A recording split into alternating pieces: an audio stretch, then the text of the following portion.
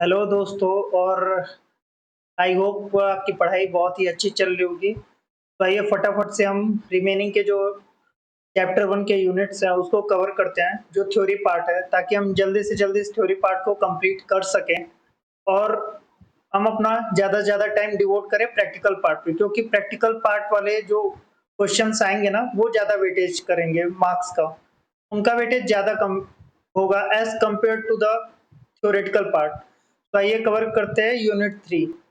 अब यूनिट 3 में आप देखोगे ना कि जो भी वर्ड्स हैं, अकाउंट्स में जो भी वर्ड्स और टर्मिनोलॉजीज यूज होंगी ना, तो उस केस में अब हमें ऐसा तो है नहीं भाई कि सारा का सारा जो अभी मैं आपको पढ़ा दूं सारा चीज, कि सारा वर्ड एक एक वर्ड बाय वर्ड मैं आपको पढ़ाते जाऊं कि इस वर्ड का ये मीनिंग, इस वर्ड का ये मीनिंग। आप देखोगे ना कि जो मैक्सिमम यूनिट्स और चैप्टर्स बना रखे हैं उनका एक सेपरेट चैप्टर्स ही है, वो हम आगे देखेंगे। तो जैसे जैसे चैप्टर्स आते जाएंगे ना वैसे वैसे इन टर्मिनोलॉजीज, इन वर्ड्स को मैं एक्सप्लेन करते जाऊंगा। बाकी फिलहाल के लिए जो ये यूनिट 3 है, हम इसको कवर करते हैं कि जो हमारे क्वेश्चन आंसर्स दे रखे हैं हमारे स्टडी मैट में, हम उससे कवर कर लेंगे। तो आइए देखते हैं पहला क्वेश्चन हमारा क्या है, ताकि हमारा टाइम थोड़ा सेव हो सके। First question, the drawer sign assent on bill of exchange to the order of drawing is called acceptance। अब देखो, जो ये बिल ऑफ एक्सचेंज होता है ना,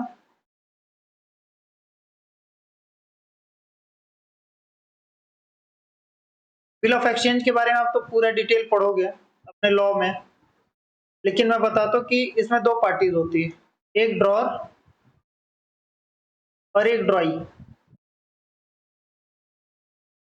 तो जो ड्रॉर होता है ना वो ड्रॉ करता है एक्चुअल में बिल ऑफ एक्सचेंज, और जब ड्रॉई इसको साइन करके दे देता है तब जाके इसका पूरा एक्सेप्टेंस मिलता है। तो भाई यहाँ पे ड्रॉई जब साइन करेगा ना एक्सेप्टेंस, तो वो कहलाता है। अब यहाँ पे क्या लिखा हुआ है कि drawer signed assent on bill of exchange to the order of drawee, ये उल्टा कर दिया है ना। एसेंट ड्रॉई साइन करेगा और ड्रॉर क्या करेगा, ऑर्डर देगा। ठीक है, तो इसका आंसर आपको ही पता है क्या होगा, फॉल्स होगा। ठीक है, यही रीजन है। तो आप इसका बस उल्टा लिख देना यहाँ पे रीजन में, क्योंकि मैं फिर से बोल रहा हूँ कि बार बार आपको रीजन देना ही पड़ेगा। जैसे कि अगर आप ट्रू फॉल्स कर रहे हो ना, तो उसके आप रीजन दोगे कि किस बेसिस पे आपने इसको फॉल्स किया, किस बेसिस पे आपने इसको ट्रू किया, तभी आपको फुल मार्क्स मिल पाएंगे। अब सेकंड पढ़ते हैं, the portion of an expenditure whose benefit has been exhausted is called unexpired. बोलता है कि एक्सपेंडिचर का वो पार्ट,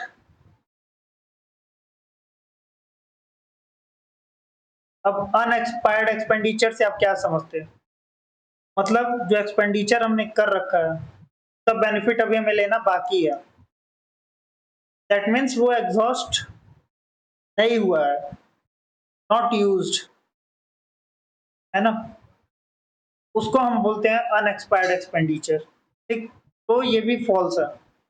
इसका रीजन ये दे देना आप कि अभी जो अनएक्सपायर्ड एक्सपेंडिचर होते हैं ना, यहाँ पे हैज नॉट बीन बस अगर लगा देना रीजन में, ये फॉल्स हो गया, बस खत्म। Third, accrual basis of accounting. अब मैंने बताया था एक्रूअल बेसिस ऑफ अकाउंटिंग क्या होती है, कि जैसे जैसे ट्रांजैक्शंस और जो भी ट्रांजैक्शंस हो रहे हैं, जैसे वो अकर होते हैं, जैसे वो हैपन होते हैं कि कोई भी परफॉर्मेंस या एक्ट किया जा रहा है बिजनेस का, वो जैसे ही कोई ट्रांजैक्शन किया वो तुरंत वैसे ही रिकॉर्ड किए जाते हैं। ये नहीं कि वो एक्चुअल पेमेंट, एक्चुअल रिसिप्ट जब आएगा तभी हम उसका आगे फर्दर अकाउंटिंग करेंगे, ऐसा नहीं होता। जैसे ट्रांजैक्शन हुआ वैसे ही हम उसकी एंट्री कर देते हैं।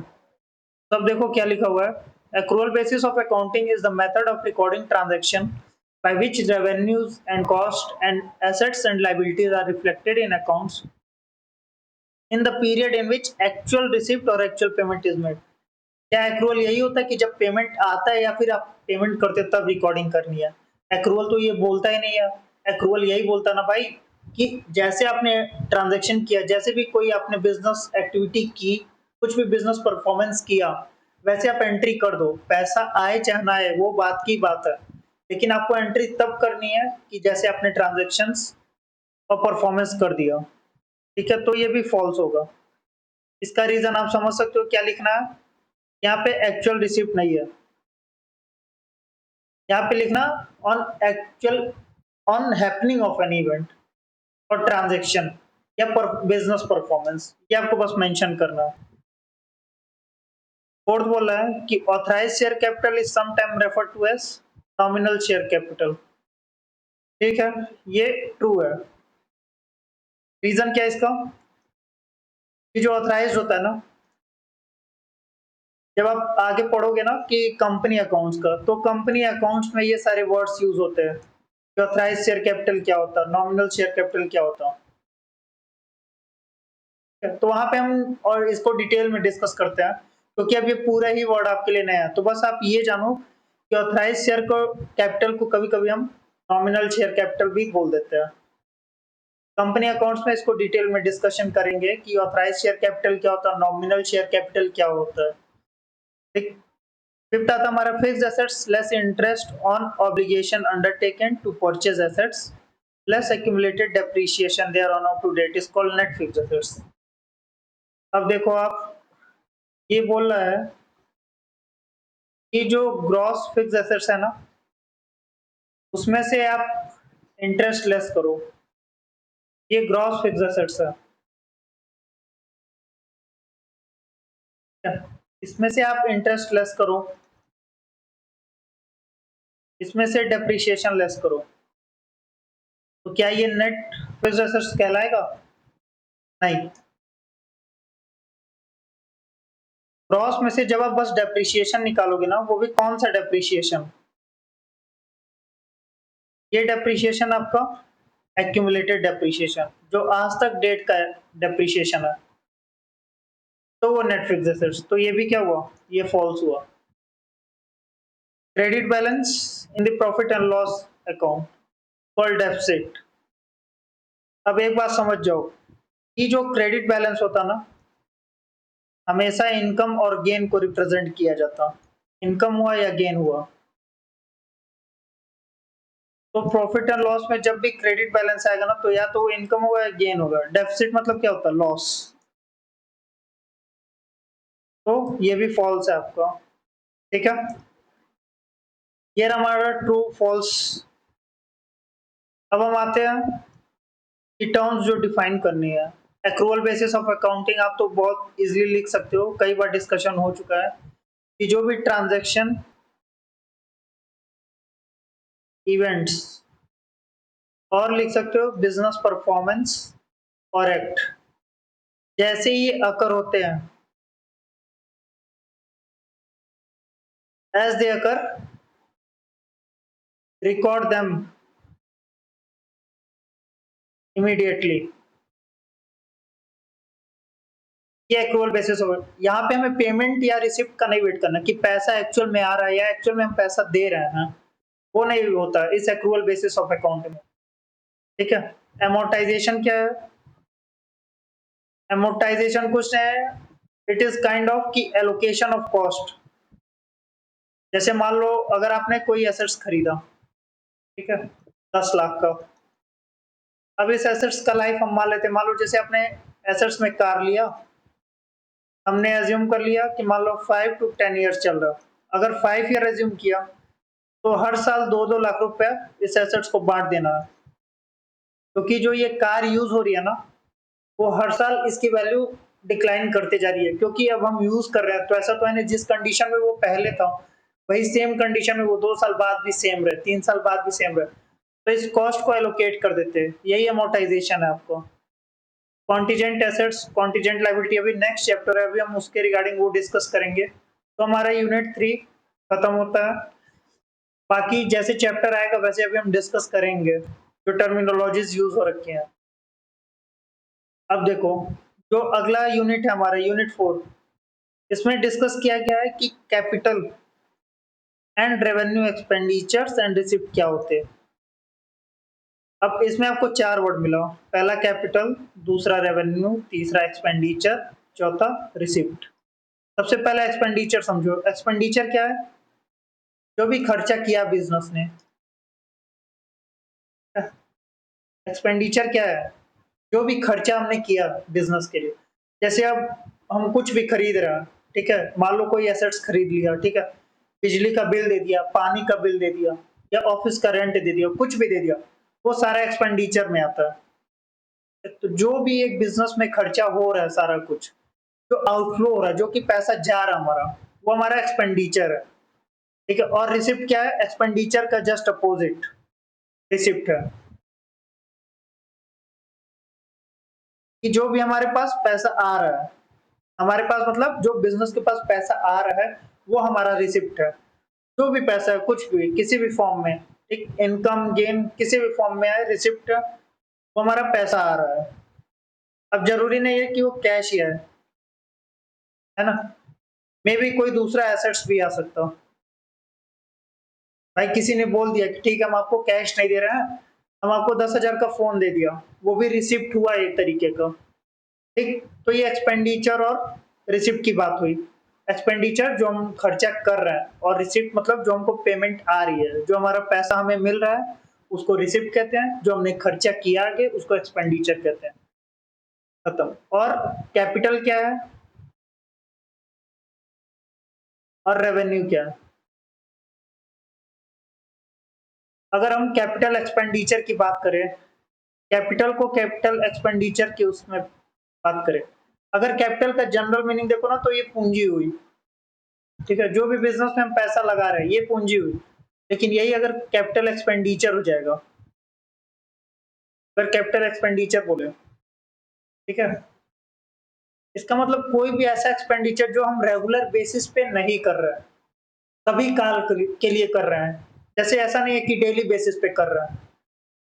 ऐसा कैपिटल एक्सपेंडिचर इस नेचर का होता है ना कि जो हम जैसे मान लो कि 1 साल है, ठीक है? अब 1 साल में ज़रूरी नहीं है कि हर साल कैपिटल एक्सपेंडिचर हो।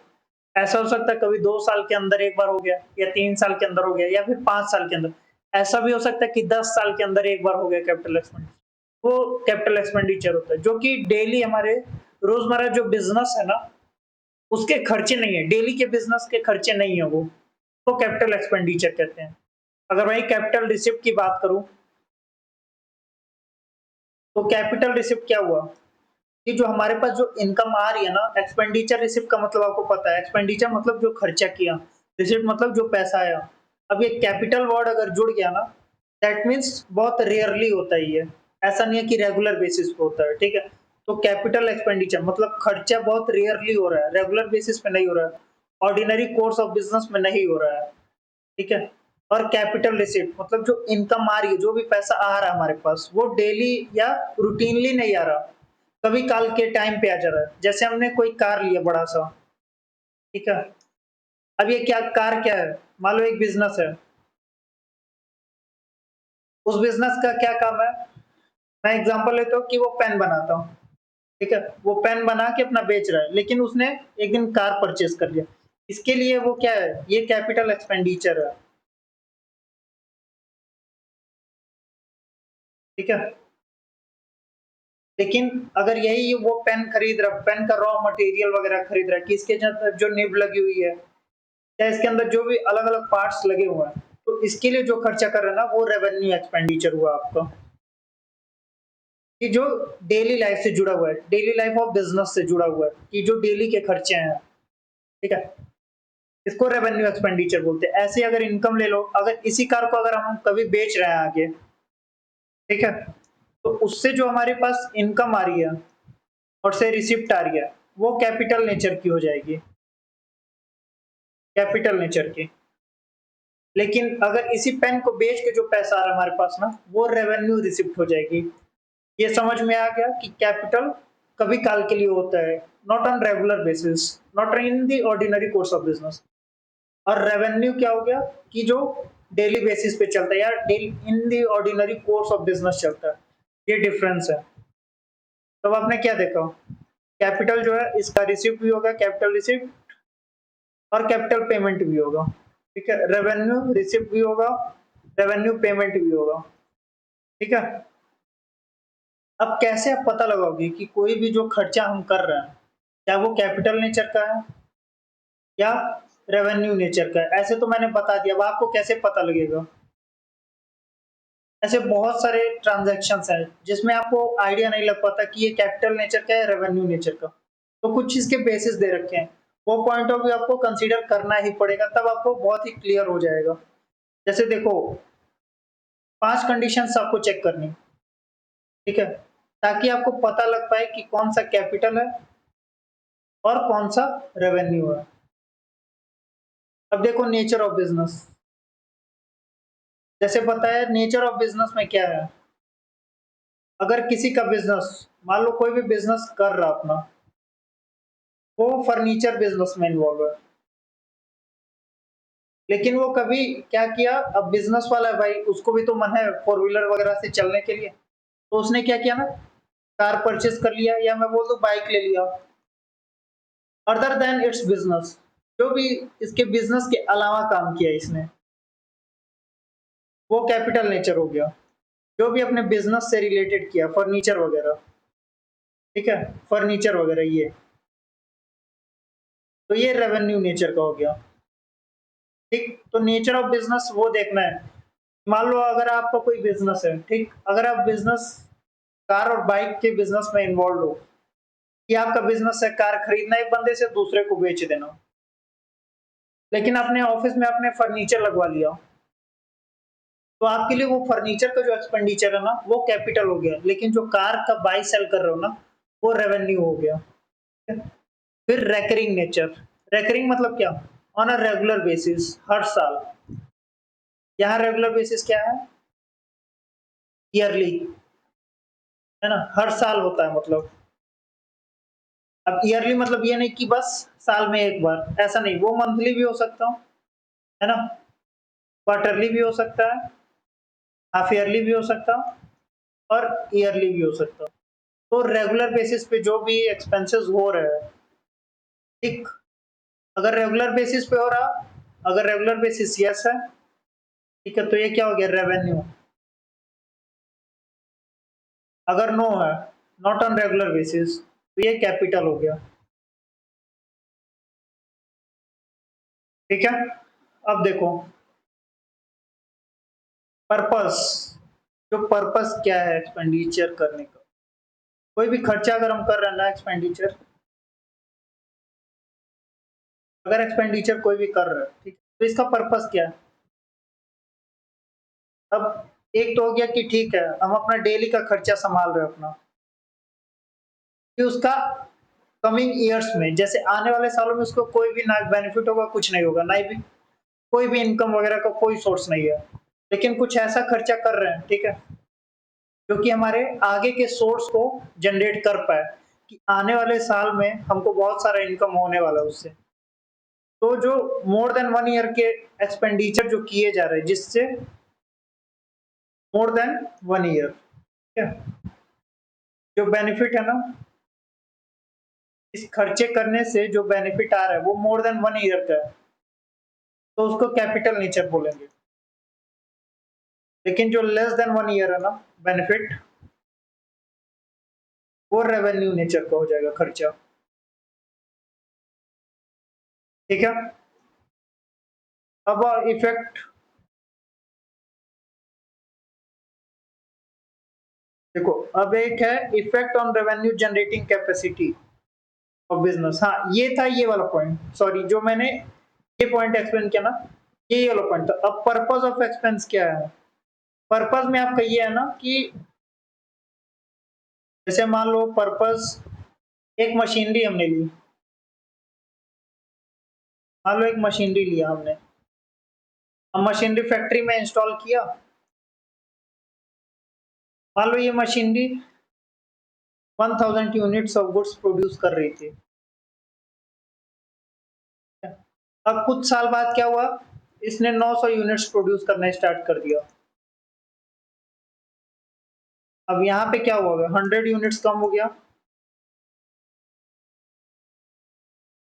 तो इस 100 यूनिट्स को बढ़ाने के लिए, ठीक है, जो भी एक्सपेंडिचर होगा वो रेवेन्यू कहलाएगा, जो भी खर्चा होगा ना वो रेवेन्यू एक्सपेंडिचर में आएगा। लेकिन अब इस 1000 यूनिट से अगर हमें 1200 यूनिट्स प्रोड्यूस करना, उसके लिए जो एक्सपेंडिचर होगा तो हम कैपिटल एक्सपेंडिचर करेंगे। आप डिफरेंस देख पा रहे हो ना कि जहाँ पे कैपेसिटी बढ़ गई मशीन की, पहले वो 1000 यूनिट प्रोड्यूस करता था, फिर बाद में उसने 900 यूनिट्स प्रोड्यूस करने लगे। तो नौ जो उसकी एक्चुअल ओरिजिनल कैपेसिटी है 1000 यूनिट, उस यूनिट तक लाने के लिए जितना भी खर्चा होगा वो क्या है हमारा, वो एक टाइप का रेवेन्यू एक्सपेंडिचर है। लेकिन अब 1000 यूनिट से अगर ऊपर जा रहे हो, जैसे 1200 यूनिट्स प्रोड्यूस करना है, तो जो 200 यूनिट और एक्स्ट्रा प्रोड्यूस करने के लिए हमारा जो खर्चा हो रहा है ना, वो हमारा कैपिटल एक्सपेंडिचर आ जाएगा। क्या क्या पर्पस ऑफ एक्सपेंस, और रेवेन्यू जनरेशन वाला पहले ही बता दिया।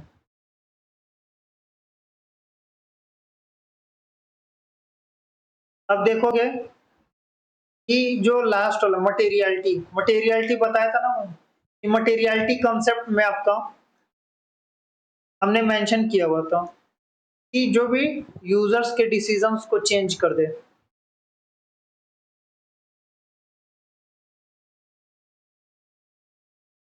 ठीक है, तो अब यहाँ पे वो कॉन्सेप्ट नहीं है कि मटेरियलिटी मतलब अब यूजर्स का डिसीजन देखेंगे तब हम देखेंगे कैपिटल कौन सा रेवेन्यू कौन नहीं। यहाँ पे रिलेटिव प्रोपोर्शन देखेंगे, है ना। मान लो अगर आप बात करते हैं किसी बिजनेस में 1 लाख रुपीज है, ठीक। अब इसमें ना किसी एक पे बात किया 80,000 का एक्सपेंस करना। मान लो 80,000 कैपिटल एसेट्स ले लिया इसने और फिक्स एसेट्स ले लिया, और 20,000 रख लिया डेली खर्चे करने को। तो रिलेटिव प्रोपोर्शन किसका ज्यादा है? 80,000 का। तो ये कैपिटल नेचर का ट्रीट किया जाएगा। बस ये आपका चैप्टर खत्म हो जाता है यहीं पे। लेकिन अभी हम इसके क्वेश्चंस भी डिस्कस करेंगे, क्योंकि चैप्टर का नाम ही क्या था।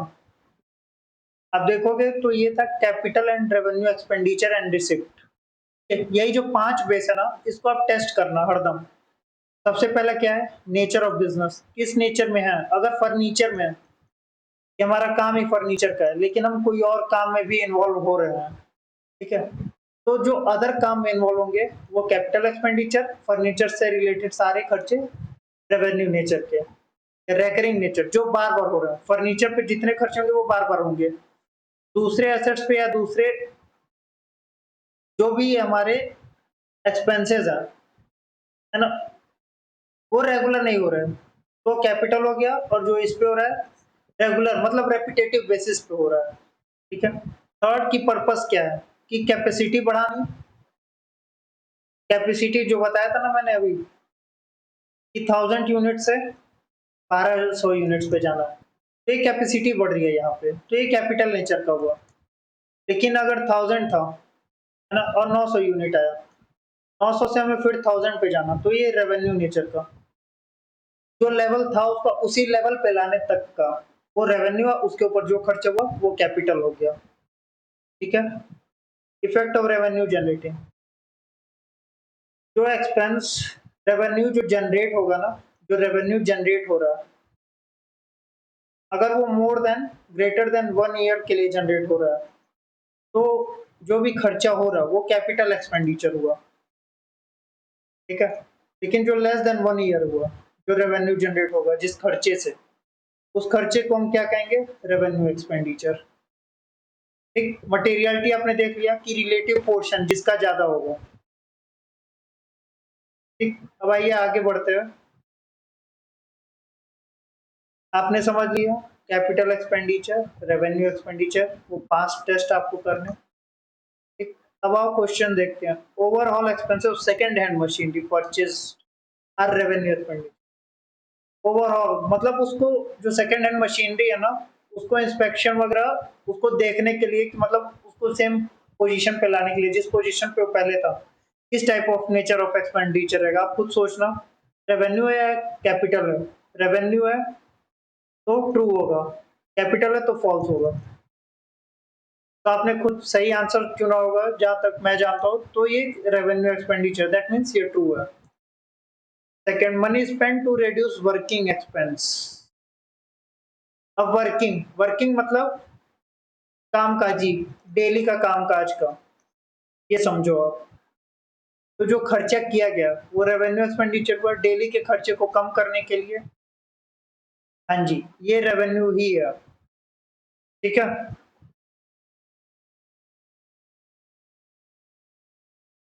और देखो, legal fees to acquire property is capital expenditure. अब आप खुद बताओ, एक लीगल फीस किसी ने किया, ठीक है, अब उसने क्या किया, लीगल फीस, तो ये क्या है, ये रेपिटेटिव बेसिस का है या डेली होता? नहीं, हम डेली खर्चा करेंगे, लीगल फीस करेंगे, नहीं, लीगल फीस बहुत रेयरली होता, तो कैपिटल एक्सपेंडिचर हो गया, तो ये ट्रू है।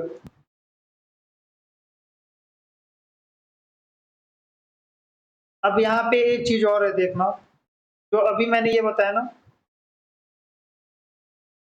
कि money spent to reduce working expense, ये भी पॉसिबिलिटीज हो सकती है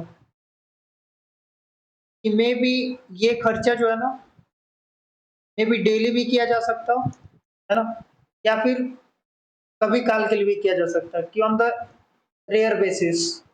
अगर ये एज्यूम होता है कि रेयर बेसिस पे है, तो ये रेवेन्यू एक्सपेंडिचर नहीं होगा, फिर इसे फॉल्स हो गया। अगर ये डेली बेसिस का है, तो फॉल्स, ये ट्रू हो जाएगा, है ना।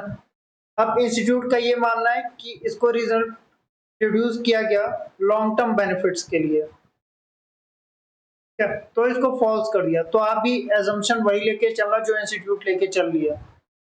आप इसको ये ट्रीट करना कि रेयर एक्सपेंस है, हरदम नहीं होता, लॉन्ग टर्म बेनिफिट के लिए मोर देन 1 ईयर की बेनिफिट ये प्रोवाइड करेगा हमें। ठीक है। अब आओ, amount spend for replacement of worn out part of machine, जो खराब हो गया पार्ट मशीन का, ठीक है। अब देखो, वर्न आउट मतलब क्या हुआ,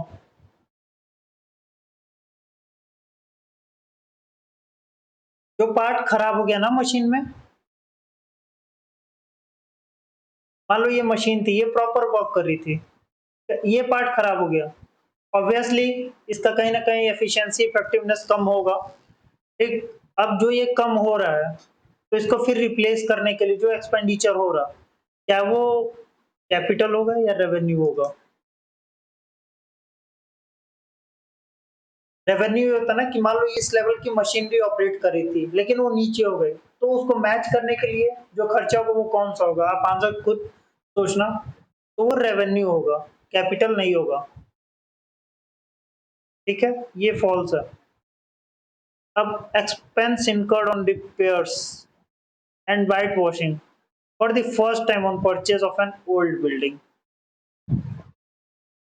अब जैसे ओल्ड बिल्डिंग आपने खरीदी, आप इसको पहले तो नहीं ना यूज कर रहे थे कि आप ठीक है इस बिल्डिंग को पहले इस पोजीशन पे यूज कर रहे थे, वो पुरानी हो गई, उसको नए, जब आप नया खरीद रहे हो, है ना, तो जो भी आप नया खरीद रहे हो वो क्या है आपके लिए, एक एसेट्स हुआ, लेकिन जो आप खर्चे कर रहे हो ना वो कैपिटल नेचर का होगा।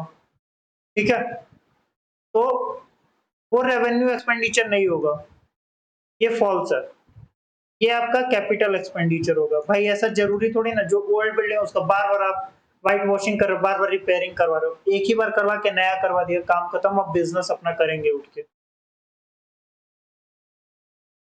फिर देखो, जो सिनेमा वालों ने लाइसेंस लिया सिनेमा के लिए, कैपिटल एक्सपेंडिचर, बाई लाइसेंस एक ही बार लोगे, फिर उसका रिन्यूअल होता है, तो लाइसेंस का जो कॉस्ट है ना वो एक ही बार आप लेते हो लाइसेंस, तो कैपिटल एक्सपेंडिचर, दैट मीन्स ये ट्रू है। और देखो, amount is spent for the construction of temporary huts which were necessary for construction of cinema house। अब एक सिनेमा हाउस बनाने के लिए ना टेम्पोररी घर बना रखा, इस घर में रहेंगे, जब कंस्ट्रक्शन होगा यहाँ से बंदे उठ के आ जाएंगे, तो जब सिनेमा रेडी हो गया ना फिर इसको डिमोलिश कर दिया गया, इस पे जो भी खर्चा है वो क्या है, कैपिटल है या रेवेन्यू है? ऑब्वियसली कैपिटल है, भाई एक ही बार तो सिनेमा बनेगा, बार बार तो बनाओगे नहीं, तो ये खर्चा एक ही बार होना, तो इसको खर्चा करने के लिए जो भी है वो कैपिटल नेचर का है, यहाँ बोला कैपिटल है, दैट मीन्स ट्रू। ठीक है, ये हमारा चैप्टर ये भी खत्म होता है। अभी और क्वेश्चंस है वो भी करते हैं। सेकंड इलस्ट्रेशन, देखो अब लाइसेंस के लिए स्टार्टिंग बिजनेस, तो आप खुद ही जान जाओगे कैपिटल है भाई, बार बार थोड़ी ना दोगे। ठीक, second 1000 paid for removal in inventory to a new site. अब मान लो इन्वेंट्री जहां आ गया ना, इन्वेंट्री, तो इन्वेंट्री का क्या है, इन्वेंट्री का जो भी खर्चा होता है ना वो रेवेन्यू नेचर का होता है। इन्वेंट्री मतलब जो स्टॉक्स है हमारे, जो गुड्स हम परचेज किए, जो माल खरीदा हमने, जिससे हम ट्रांजैक्शन करेंगे, जिससे हम बिजनेस कर रहे हैं, तो हमारा डेली का काम है उस इन्वेंट्री पे। तो इन्वेंट्री का क्या है नेचर, वो रेवेन्यू नेचर का, उससे रिलेटेड, तो उससे रिलेटेड खर्चा भी क्या होगा, रेवेन्यू नेचर का ही होगा। तो ये रेवेन्यू नेचर का हो गया। Rings and pistons of engine were changed, अब ये चेंज किया गया, ठीक है, मतलब पुराना भी लगा होगा, है ना, तो अब ये चेंज किया गया है ना टू गेट फ्यूल एफिशिएंसी। अब मैं भी यहाँ पे दो एजम्पशन हो सकता है। एक तो ये मानो कि जिस पोजीशन तक, जिस लेवल तक ये काम कर रहा था इंजन, उससे बढ़ाने के लिए चेंज किया गया। यहाँ तो क्लियर कट है नहीं कि भाई जो चेंज किया गया एफिशिएंसी अपर लेवल एफिशिएंसी है कि जो एफिशिएंसी उसको मेंटेन करने के लिए की गई है। ठीक है, तो इंस्टीट्यूट ने क्या एजम्पशन लिया हुआ है कि उसने ये ले रखा है ना, ये कैपिटल एक्सपेंडिचर है, मतलब जिस लेवल पे ये काम कर रहा था उससे ऊपर जाने की एफिशिएंसी। अगर ये होता यही कि अगर इसका लेवल यहाँ तक डिग्रेड हो गया, यहाँ इस लेवल पे काम कर रहा और पहले यहाँ कर रहा, तो इस लेवल तक पहुंचने के लिए ये रेवेन्यू एक्सपेंडिचर हो गया। लेकिन इंस्टीट्यूट ने लिया अपर लेवल एफिशिएंसी बढ़ाया, वो कैपिटल एक्सपेंडिचर हो जाएगा। ठीक है, अब money paid to telephone installing telephone in office. MTNL वालों को पैसा दिया गया कि भाई एक टेलीफोन लगा दो हमारे वहां। ठीक है, तो ये क्या है एक तरीके का। अब आप देखोगे ना कि ये जो टेलीफोन लगाया हुआ 8,000 का, तो एक्सपेंडिचर कम मानते हैं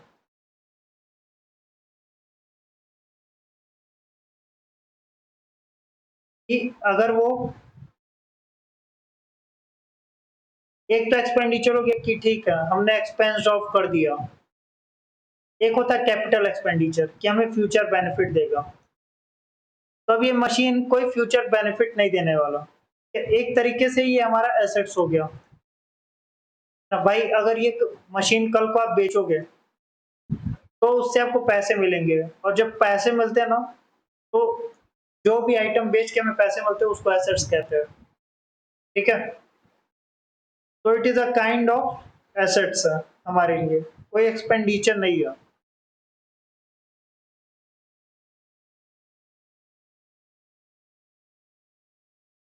फिर फैक्ट्री शेड कंस्ट्रक्ट किया गया 1 लाख का, सम of 5,000 incurred in the construct temporary huts for storing building material। अब फैक्ट्री बनाने के लिए किया गया, जैसे बताया था ना सिनेमा बनाने के लिए जो हट बनाया जा रहा, तो फैक्ट्री बनाने के लिए जो हट बनाया गया ये भी कैपिटल एक्सपेंडिचर है। ठीक है, इलस्ट्रेशन 2 भी हमारा खत्म होता है।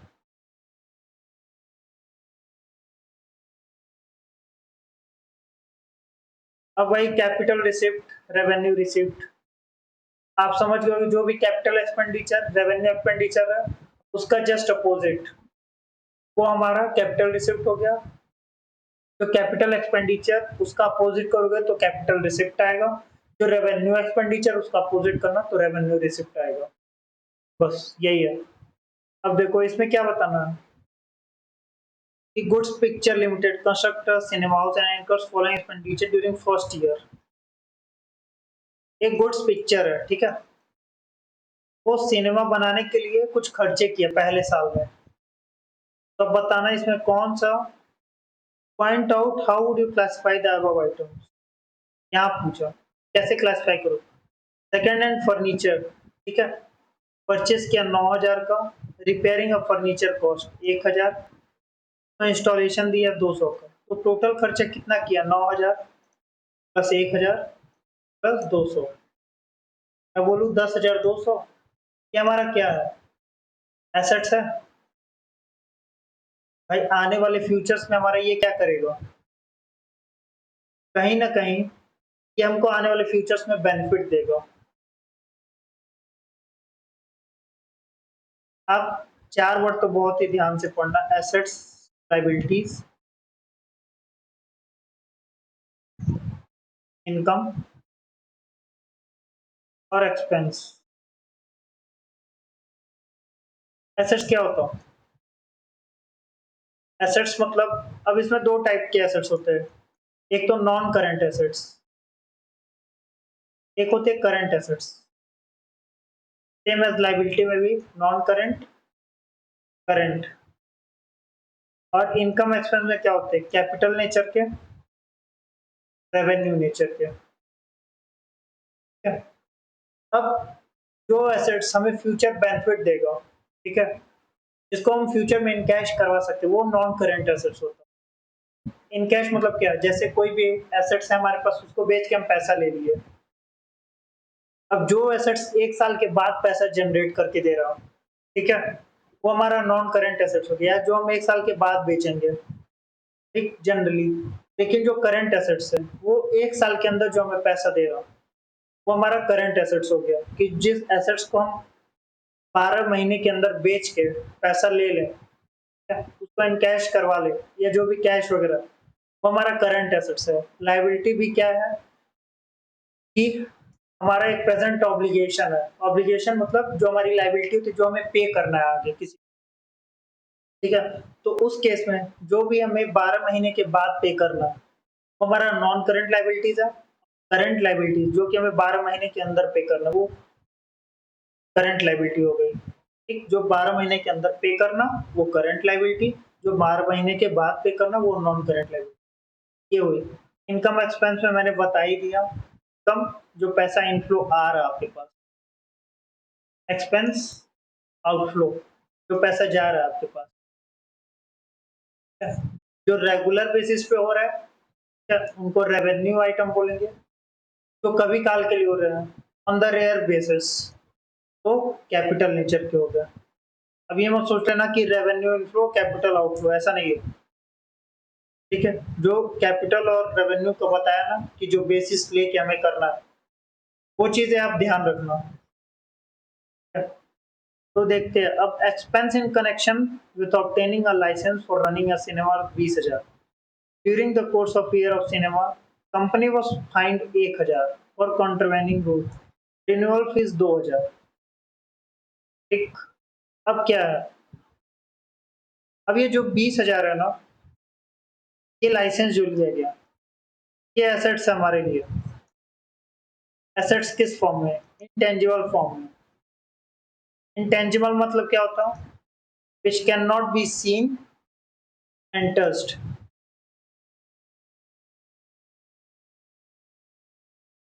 ठीक है, जो कि हम देख नहीं सकते, जो कि हम टच नहीं कर सकते, उसको इंटेंजिबल बोल सकते हैं। ठीक है, ऐसे बहुत सारे एसेट्स होते हैं। तो जो लाइसेंस हुआ ना, वो हमारा क्या हुआ? ये एसेट्स हो गया हमारा। ये 1,000 जो फाइन लगाया रूल्स को कॉन्ट्रवेन करने के लिए, ठीक है? अब मान लो ये जो 2,000 ये रिन्यूअल फीस है for next year is also paid. अब ये तो पे किया गया अगले साल के लिए, आने वाले टाइम में हमें बेनिफिट देगा। है ये क्या? रेवेन्यू एक्सपेंडिचर है, लेकिन ये आने वाले साल में देगा, तो इसको एज ए एसेट्स रिकॉग्नाइज करेंगे। ठीक है, और ये जो 1,000 रुपीज है, ये हमारा, अब देखो एक तो पेनाल्टी जो लगी हुई है ना, अब इंस्टीट्यूट का क्या पॉइंट ऑफ व्यू, क्योंकि अब देखो पेनाल्टी ऐसा थोड़ी ना कि कोई बार बार लगा रहा है, रेगुलर लग रही है। लेकिन एक पॉइंट ऑफ व्यू ये भी हो सकता है कि जो पेनल्टी है ना, ताकि ये लाइसेंस कैंसिल ना हो सके 20,000। लाइसेंस को बचाने के लिए ये जो पेनल्टी लग रही है वो हम जो पे कर रहे हैं, ठीक है? तो उस केस में ये रेवेन्यू नेचर का हो जाएगा। भाई ये जो 20,000 का हमने लगा रखा है, ये सही से 20,000 हमारे लगे हुए हैं ताकि ये आगे 20,000 काम करे हमारा, इसलिए हम पेनल्टी ये दे रहे हैं। भाई अगर पेनल्टी नहीं पे करोगे, लाइसेंस क्या करेंगे? वो उठा के कैंसिल कर देंगे। तो 20,000 भी डूबा, 1,000 और देना। तो उस फाइन की जो पेनल्टी रख दिया ना, तो वो भी रेवेन्यू एक्सपेंडिचर हो गया। एक हो गया कि मान लो कोई भी पेनल्टी लग रही है, तो अगर हम देखें, हमने देखा था ना कि कोई रेगुलर बेसिस पे नहीं है ना? अब रेगुलर बेसिस पे नहीं तो कैपिटल नेचर का भी तो हो सकता है। लेकिन इंस्टीट्यूट का क्या मानना है कि ये जो 20,000 है ना, उसको सेव ऑन करने के लिए 1,000 की पेनल्टी पे की जा रही है।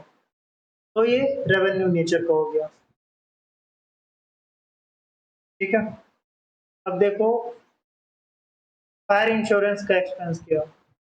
भाई इंश्योरेंस तो बार-बार कराएगा नहीं, इंश्योरेंस एक ही बार कराएगा, ठीक है? तो ये क्या हो गया?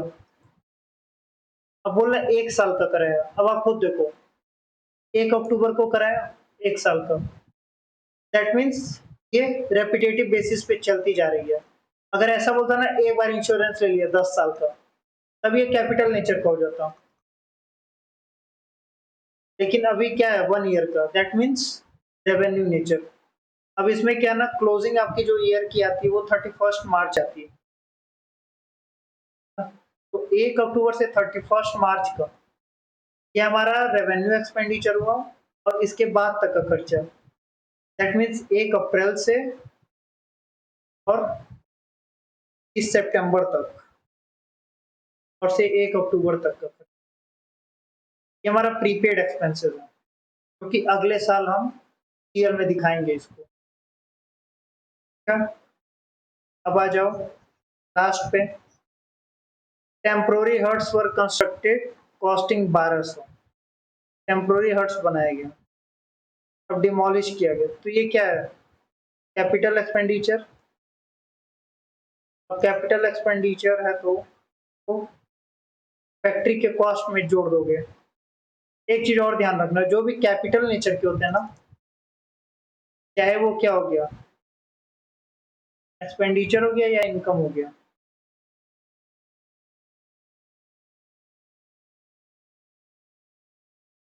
अगर ये कैपिटल एक्सपेंडिचर है, ठीक, तो ये बैलेंस शीट में उठ के जाती है। अगर यही एक्सपेंडिचर रेवेन्यू है, प्रॉफिट एंड लॉस में जाएगी। यही बात है कैपिटल इनकम अगर है कोई,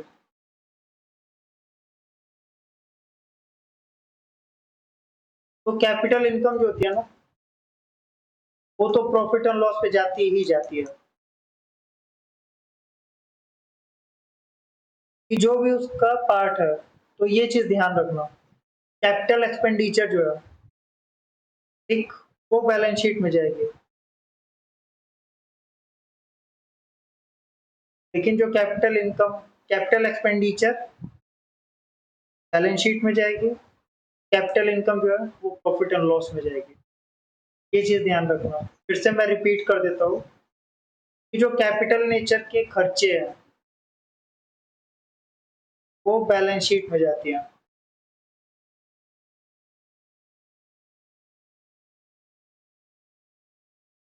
कैपिटल एक्सपेंडिचर और जो कैपिटल रिसिप्ट है,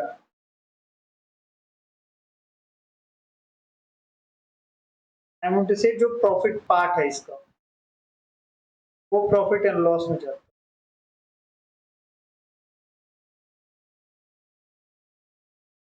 ठीक है, ये चीज ध्यान रखना आपको।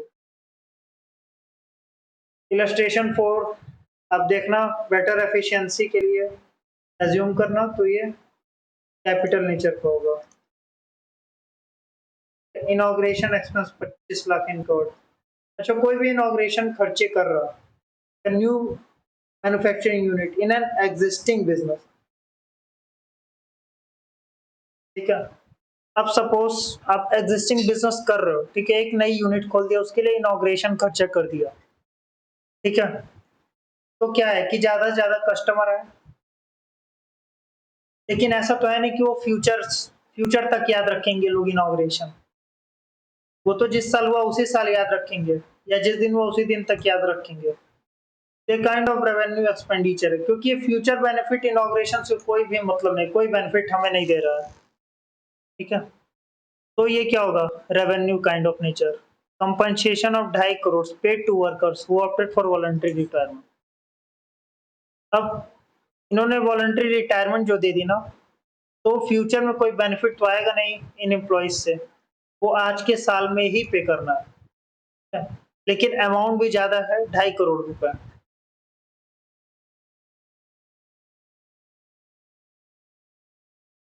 ठीक है। अब 2.5 करोड़ रुपए जो है, ये फ्यूचर्स ईयर्स में डेफरमेंट करके एलोकेट करेंगे। डेफरमेंट मतलब आगे बढ़ा देना, डिले करना, है ना, वो चीज है। आते हैं इलस्ट्रेशन 5 पे। 10,000 spent on travelling expense of director, बार बार तो होगा नहीं है, तो ये कैपिटल नेचर होगा। Amount receive from trade, business से जो पैसा रिसीव किया, ठीक है ना, तो ये रेगुलर बेसिस पे, ये रेवेन्यू नेचर का। Amount spend demolition of building, construct bigger building on the same site, capital expense. जो स्मॉल हट्स बना लिए वो बता रहा था मैं आपको। Insurance claim received on account machinery, बार बार तो आपको इंश्योरेंस क्लेम मिलेगा नहीं, एक ही बार मिलेगा, कभी कार के लिए, तो भी कैपिटल रिसिप्ट हुआ, ठीक है। आ जाओ इलस्ट्रेशन 6 पे, जो कि हम देखते हैं एबीसी है, ये रेस्टोरेंट रन कर रहा है।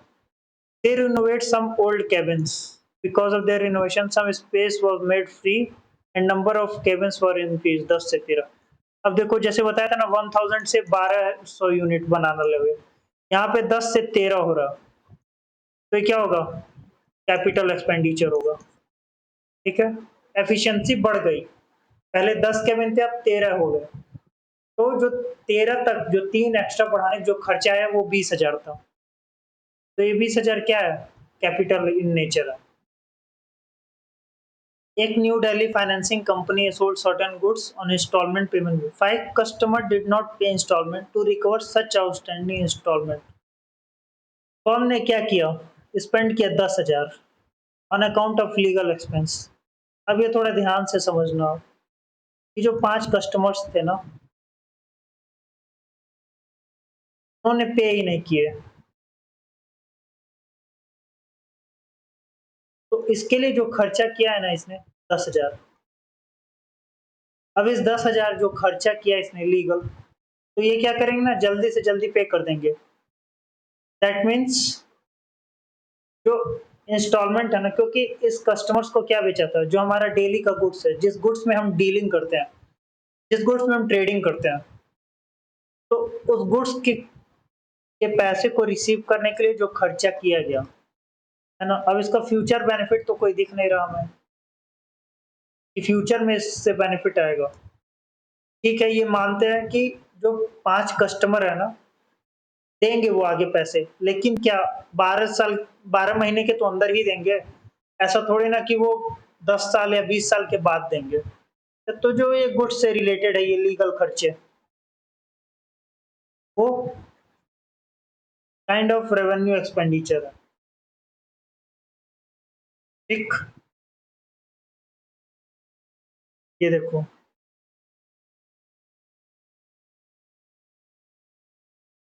क्योंकि ये जो 10,000 खर्चा कर रहे हैं ना, इससे हमारा कोई रेवेन्यू नहीं बढ़ रहा। अगर इससे हमारा रेवेन्यू बढ़ जाता, कि जो 5 कस्टमर है, पहले वो 1 लाख देने वाले थे, अब इस 10,000 करके 5 कस्टमर से क्या हम 2 लाख ले सकते हैं, नहीं, 1 लाख ही तो है, तो ये रेवेन्यू नेचर हो गया। Third, Daly purchase machinery from Messrs Shah वाला, spent 40,000 for transportation of such machinery. तो जो मशीनरी खरीदा ना उसने, उसके लिए ट्रांसपोर्टेशन कॉस्ट दिया 40,000 का। अब बोलोगे इससे रेवेन्यू तो बढ़ा नहीं, लेकिन आप नेचर तो देखो इसका, नेचर क्या है? मशीनरी खरीदा, क्या है रेकरिंग बेसिस का है? नहीं। तो ये कैपिटल नेचर का हो गया, ठीक है? ये इंटरनल क्वेश्चंस तो खत्म होते हैं। अब हम टेस्ट ऑफ नॉलेज वाले क्वेश्चंस कवर कर लेते हैं यूनिट 4 के, ठीक है? तो ये देखते हैं फटाफट से। देखो ट्रू फॉल्स आता सबसे। Nature of business is not an important criteria separating an expenditure. अभी तो हमने पढ़ा था नेचर ऑफ बिजनेस ही तो इम्पोर्टेंट क्राइटेरिया है, तो ये फॉल्स है। रीजन जरूर देना आप। Expenditure incurred for major repair of assets so as to increase the productive capacity. मतलब 1000 से 1200 यूनिट तक हमें प्रोड्यूस करना, 200 इंक्रीज करने के लिए एक्सपेंडिचर कर रही है, तो रेवेन्यू होगा है? गलत लिखा भाई, ये कैपिटल होगा। दैट मीन्स ये भी फॉल्स है। रीजन में आप क्या दोगे कि ये जो एक्सपेंडिचर कर रहा है ना प्रोडक्टिव कैपेसिटी बढ़ाने के लिए, ये कैपिटल नेचर का है, रेवेन्यू नेचर का नहीं है, ठीक है?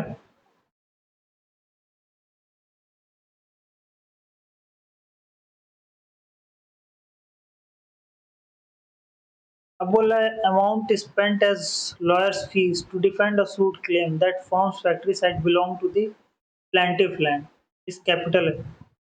भाई जो लॉयर को फीस दे रहे हो आप, पैसा तो है नहीं बार बार फीस दोगे, है ना? लेकिन एक बात और, मान लो एक लॉयर को फीस दिया, तो आगे क्या इससे आपका रेवेन्यू बढ़ेगा? ऑब्वियसली कोई रेवेन्यू हमारा नहीं बढ़ रहा, तो ये रेवेन्यू नेचर का होगा। इस लॉयर के फीस से हमारा कोई इनकम बढ़ रहा? नहीं बढ़ रहा, ठीक है? अब replacement of war out part, मतलब जो टूटे हुए पार्ट की मशीन को रिप्लेस करे, वो कैपिटल एक्सपेंडिचर है? नहीं भाई, एक मशीनरी थी टूट गई, तो उस लेवल तक लाने के लिए जो खर्चे कर रहे हैं वो कैपिटल एक्सपेंडिचर है? नहीं, वो तो रेवेन्यू है, तो ये भी फॉल्स होगा। भी क्या होगा आपको? फॉल्स होगा।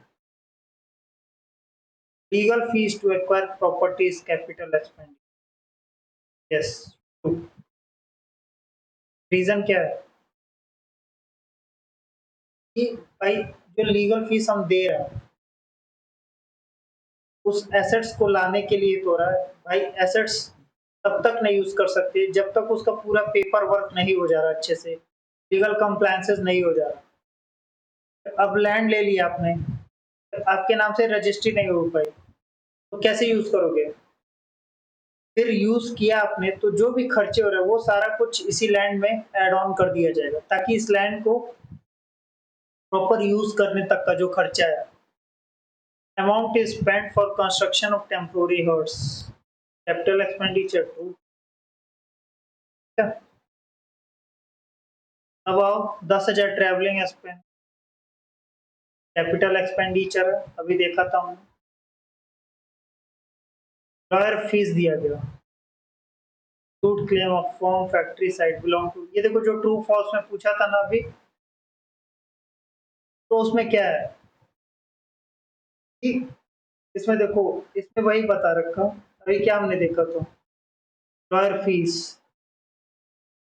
कैपिटल एक्सपेंड, लेकिन कोई इनकम नहीं बढ़ेगी हमारी इससे, ठीक है? तो ये क्या हो गया? रेवेन्यू नेचर आ गया ये क्वेश्चन। हाँ जी, ये रहा, ये रेवेन्यू नेचर। एंट्रेंस फीस दिया गया, देखो ये एंट्रेंस फीस की बात कर रहा है, ये नहीं कि जो रूटीन होता ना रूटीन फीस, या बोल सकते हैं सब्सक्रिप्शन फीस। भाई एंट्रेंस फीस एक ही बार लगती, बार बार नहीं लगती, के बाद मंथली चार्जेस होते हैं। Entrance fees is a kind of capital. अगर यही बोलता ना कि मंथली नेचर का, पर ये एक्सपेंडिचर ने एंट्रेंस फीस इस बोला ना रिसीव्ड, ये कैपिटल रिसीप्ट होगा। रिसिप्ट और एक्सपेंडिचर में ध्यान रखना, कौन रिसीव कर रहा, कौन पे कर रहा। ठीक है, 40,000 लिया गया गवर्नमेंट से वर्किंग कैपिटल करने के लिए, मतलब डेली की के लिए, तो revenue receipt, insurance claim receipt on account of, क्या ये कैपिटल रिसिप्ट है, interest on investment receipt from, तो इन्वेस्टमेंट किया गया ना, ये कैपिटल रिसिप्ट है। Amount receipt from IDBI as a medium term loan for augmenting working capital, working का जहां नाम आ जाए ना, जो भी आ जाए। अब देखो लेकिन ये मीडियम टर्म है, ये ध्यान रखना। एक होता है शॉर्ट टर्म और मीडियम टर्म और लार्ज टर्म, तो जहां मीडियम लार्ज आ जाए ना, वहां पे कैपिटल ही जाएगा। शॉर्ट जहां पे आएगा वो आपका रेवेन्यू नेचर आएगा। ठीक है, revenue from sale of product ordinary earning in the period which, जब सेल मेड होगा, जब सेल किया जाएगा तभी तो सेल रिकॉर्ड करोगे, ये थोड़ी ना कैश जब मिला तभी रिकॉर्ड करोगे।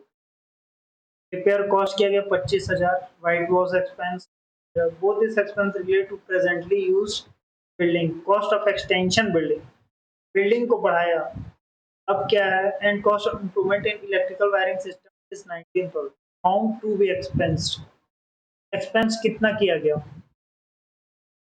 अब देखो ये तो रिपेयरिंग कॉस्ट है जो 25,000 है, वाइट वॉश किया गया 5,000, तो एक तो 30,000। ठीक है, अब एक्सटेंड किया गया, बिल्डिंग बढ़ा लिया गया, and cost of improvement in electric wiring कितना है, 19,000।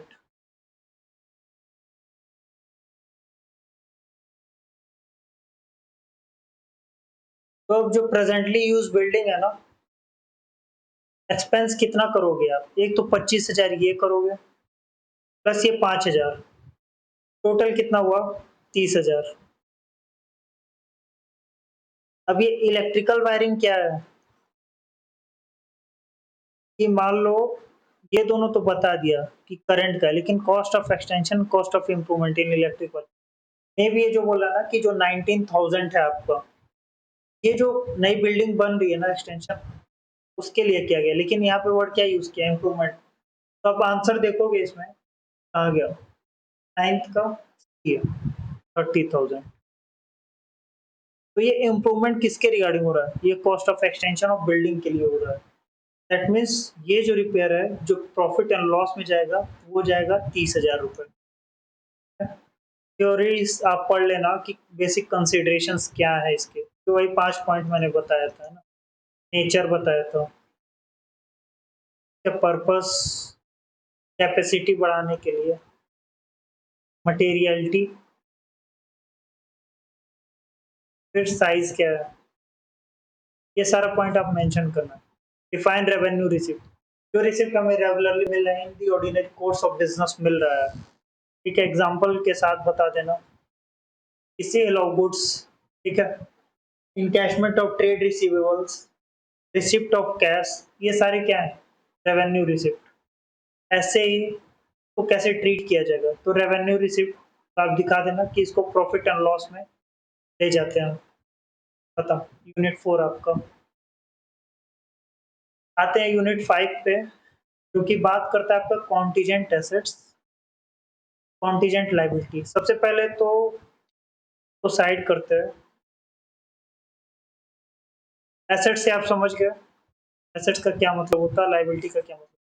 कॉन्टीजेंट आपके लिए नया वर्ड है।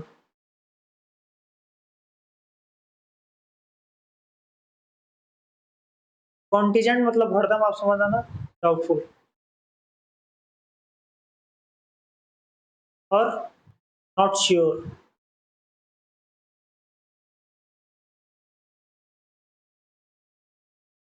ठीक है, ये मीनिंग हो गया आपका कॉन्टीजेंट, मतलब अभी कंफ्यूजन है, कोई फाइनल नहीं हो रखा, कंफर्म नहीं हो रखा। ठीक, वो चीज है। अब आप डेफिनेशन बस यहीं से पढ़ लेना। ठीक है, कि कॉन्टीजेंट एसेट्स क्या होता, पॉसिबल एसेट्स, बस एक वर्ड चेंज करना वो कॉन्टीजेंट लायबिलिटी हो जाएगा। कि जो पॉसिबल एसेट्स है, पॉसिबिलिटी हो रही है यहाँ पे, ठीक है, जो प्रोबेबिलिटी होती है, यहाँ पे भी श्योरिटी नहीं है, अभी बोला ना मैंने डाउटफुल, तो किसमें आता है आपने देखा होगा प्रोबेबिलिटी, मैथ्स में आपने पढ़ा होगा, प्रोबेबिलिटी मतलब क्या पॉसिबिलिटी, एक तो कॉन्टीजेंट एसेट्स, ये एक पॉसिबल एसेट्स है जो कि अराइज होता है पास्ट इवेंट से, इवेंट बताया था ना, क्या होता है कॉन्सिक्वेंसेज ऑफ अ ट्रांजैक्शन या रिजल्ट ऑफ अ ट्रांजैक्शन, और बोला पास्ट इवेंट, तो पास्ट का जो इवेंट था ना, जो कॉन्टीजेंट एसेट्स है, एक पॉसिबल एसेट्स अराइज होता है किससे, पास्ट इवेंट से, एंड देयर एग्जिस्टेंस, उसके होने का confirmation, and there existence will be confirmed only after occurrence or no occurrence। अब फ्यूचर में, ठीक है, या कुछ पॉसिबिलिटीज हो सकती, या कुछ पॉसिबिलिटीज नहीं हो सकती, नो पॉसिबिलिटीज, जो फ्यूचर पे डिपेंड होता हूँ on the basis of past event. अब कई सारे फ्यूचर इवेंट्स हो सकते हैं, ठीक है, लेकिन ऐसा नहीं है एक ही इवेंट पे, वन और मोर देन वन, वो एसेट्स है सेम। यहाँ पे एक वर्ड चेंज करना, possible obligations arising for past events and may arise in future depending upon the occurrence and non-occurrence of one or more uncertain future events। ठीक है, जो uncertain है, कोई सर्टेनिटी नहीं है, पहले ही जैसे मैंने बताया डाउटफुल, नॉट श्योर, और क्या एक वर्ड निकल के सर्टेन है और अनसर्टेन, क्या होगा अनसर्टेन, सर्टेन का वर्ड ही नहीं आता इसमें, कॉन्टीजेंट में, ठीक है, ये आपको खत्म हुआ कॉन्टीजेंट एसेट्स, कॉन्टीजेंट लाइबिलिटी। फिर हम पढ़ते हैं कॉन्टीजेंट लाइबिलिटी, कैसा डेफिनेशन है वो आप लर्न कर लेना, एक बार बस रीड आउट कर लेना, दो डेफिनेशन दे रखा है, एक ये एक ये, ठीक है, यहाँ देखो और लिखा हुआ है, तो दो डेफिनेशन, कोई एक डेफिनेशन आप इसमें से लर्न कर लेना। अब कॉन्टीजेंट लाइबिलिटी और एक्चुअल जो लाइबिलिटी होती है उसका क्या होता है। कॉन्टीजेंट लाइबिलिटी क्या था कि पॉसिबल लाइबिलिटी है, ठीक है, that possible liability that arises in present situation out of past event। अब ये जो प्रेजेंट में ऑब्लिगेशन अराइज हो रही है ना, ये कैसे पता चलेगा कंफर्म है या नहीं, ये फ्यूचर पे डिपेंड करेगा कि कुछ इवेंट्स होने हैं, या जो इवेंट्स होगा या नहीं होगा। हाँ बोला था ना occurrence and non occurrence of uncertain, उस पे जो कंफर्म होता है, लेकिन जो लाइबिलिटी है ना ये कंफर्म है भाई, लेकिन ये भी पास्ट इवेंट से आता, लेकिन यहाँ पे बस ये एलिमेंट नहीं रहता है यहाँ पे, ठीक है, ये एलिमेंट गायब हो जाता है यहाँ से, ठीक। तो जो लाइबिलिटी है ना वो पॉसिबल नहीं होता, वो एक्चुअल लाइबिलिटी जो कि अराइज होती है पास्ट इवेंट से, इसका फ्यूचर से कोई लेना देना नहीं होता इस लाइबिलिटीज, ठीक है। ऐसे में जो प्रोविजन, प्रोविजन क्या होता है कि कुछ पार्ट हम साइड रख देते हैं, प्रोविजन बना लिया कि आने वाले टाइम के लिए, ऑल्दो हमें अमाउंट का कंफर्म नहीं है कि कितना अमाउंट है कितना नहीं है, लेकिन एक सब्सटेंशियल एक मेथड से हम एस्टिमेट लगाते हैं कि ठीक हमारे जजमेंट से आगे इतना लॉस होना है, तो हम प्रोविजन बना लेते हैं, कि भाई प्रोविजन और कुछ नहीं है।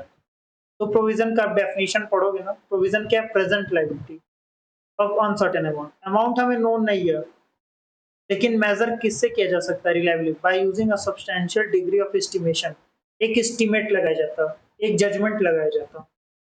कॉन्टीजेंट लायबिलिटी का डेफिनेशन यहाँ लिख देना, ये हो जाएगा प्रोविजन मीट्स रिकॉग्निशन क्राइटेरिया। इसको ना रिकॉग्नाइज किया जा सकता है बैलेंस शीट में, लेकिन इसको रिकॉग्नाइज नहीं करते। कॉन्टीजेंट लायबिलिटीज का बस क्या होता, डिस्क्लोजर होता, लेकिन इसका रिकॉग्निशन होता है। ठीक है, बाकी आप देख लो, इसके क्वेश्चंस पे आते हैं। और contingent liability need not to be disclosed in financial state, अभी बताया डिस्क्लोज करना ही होता है, ये फॉल्स है।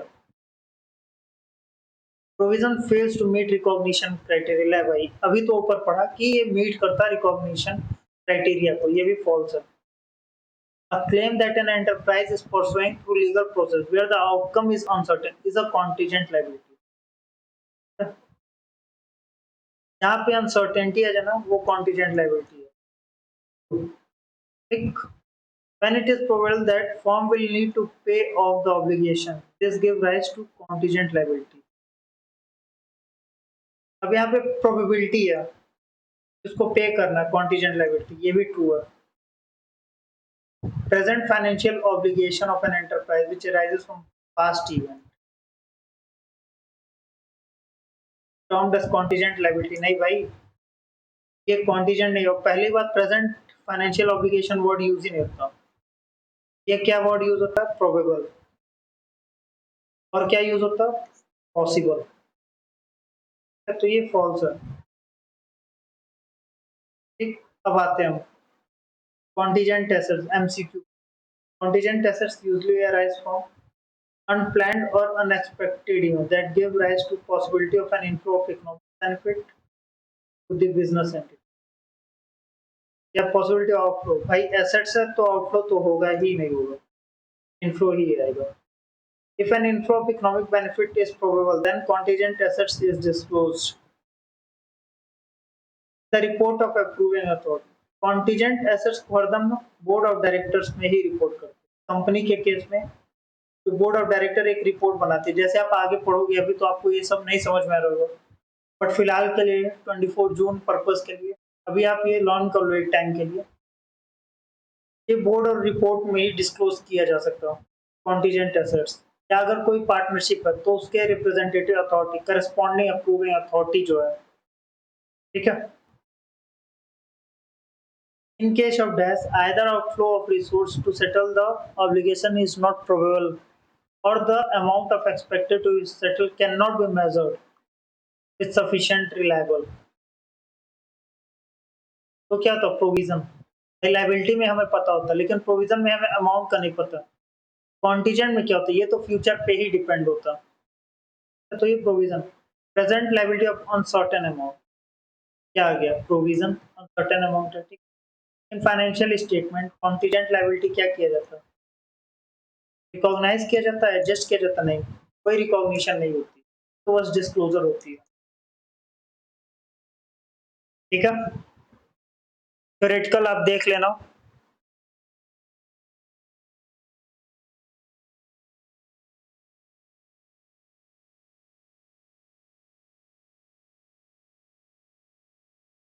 अब देखो, यहाँ पे मैंने एक तो दो ट्रू बताया रखा है, एक ये थर्ड, एक फोर्थ। बट आप इंस्टीट्यूट के आंसर में देखोगे ना, इसमें फॉल्स दिया, claim that an enterprise pursuing through legal process where the outcome is uncertain is contingent assets। और क्या, when the probable that the firm will need to pay off obligation, this give rise to provision। ठीक है, अब एक चीज देखो, फिर से एक्सप्लेन करता हूँ एक बार, पॉइंट थर्ड एंड फोर्थ। ठीक है, a claim that enterprise is pursuing through legal process where the outcome is uncertain, यहाँ पे आउटकम अनसर्टेन है।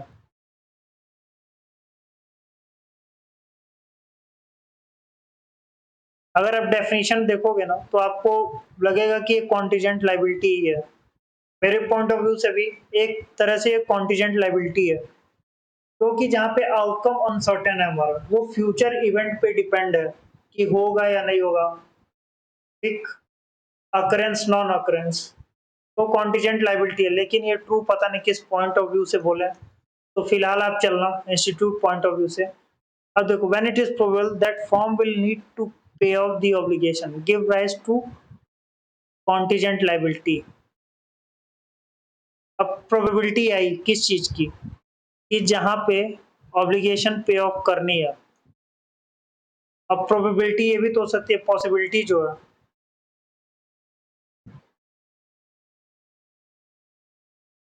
ठीक है, इसमें ये नहीं श्योर कर रहा कि ऑब्लिगेशन पे करने के लिए, ठीक है, ऑब्लिगेशन पे करने के लिए क्या वो एक्चुअल में हो रहा है या नहीं, या फ्यूचर पे डिपेंड है या नहीं डिपेंड है। ठीक, तो यहाँ भी इसने ट्रू कर रखा, आप लोग भी ट्रू ही लेके चलना। ये थर्ड और फोर्थ में डाउट है, ठीक है, बट आप इसको ट्रू ही लेके चलना।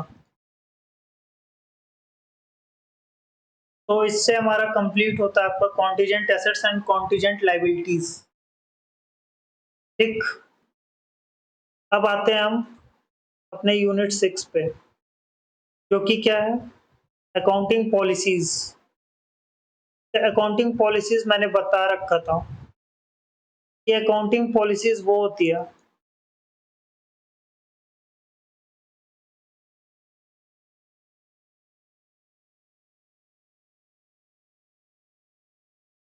जो कि किससे आती है, हमारी जो प्रैक्टिस होती है बिजनेस की, या जो प्रिंसिपल्स होते हैं,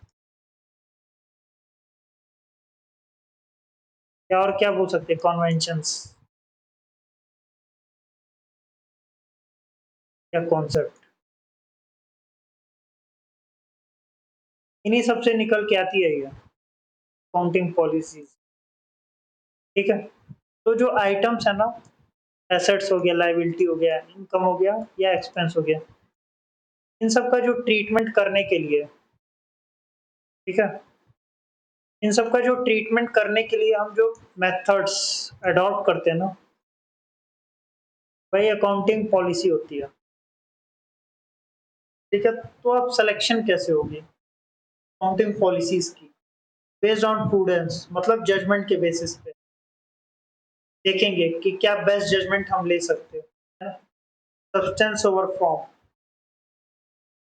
मतलब कि एक्चुअल में क्या हो रहा है, पेपर में जो लिखा वो तो ठीक है, लेकिन एक्चुअल में क्या हो रहा है, मटेरियलिटी, मतलब कि का सिग्निफिकेंस क्या है,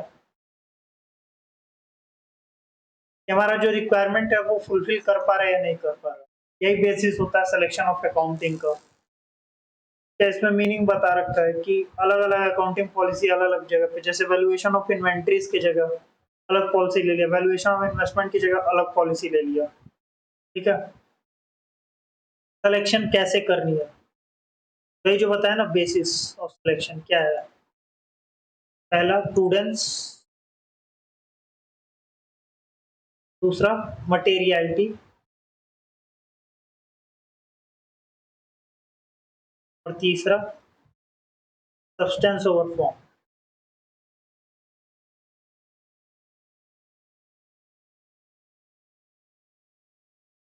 ये तीन बेसिस लेना, ये आप लिख देना, what is the selection of accounting policy, ये तीन बेसिस हमको लेके सिलेक्शन करना है। और चेंज इन अकाउंटिंग पॉलिसी कब हो सकती है, अभी मैंने बताया था उस दिन, ठीक है, जिसमें हमने देखा था कि चेंज इन अकाउंटिंग पॉलिसी तीन कंडीशंस में हो सकती है। जब एक अकाउंटिंग स्टैंडर्ड्स में चेंजेस आते हैं, चेंजेस नहीं बोल सकते, जो इशू हो रखे हैं ना अकाउंटिंग स्टैंडर्ड इशू हुए, और चेंजेस भी बोल सकते हैं, तो कंप्लायंस करने के लिए जब अकाउंटिंग पॉलिसी में चेंज कर सकते हैं, कोई लॉ चेंज हो गया, कोई रूल्स चेंज हो गए, कोई रेगुलेशंस चेंज हो गए, है ना, उस केस में भी चेंज कर सकते हैं। या आपको लग रहा है कि कोई एक पर्टिकुलर आइटम है, उसका और बेटर प्रेजेंटेशन हो सकता है अकाउंटिंग पॉलिसी चेंज करने से, तो इस तीन केस में accounting policy, change of accounting policy possible है। ठीक है, आ जाओ इसका क्वेश्चन आंसर्स करते हैं।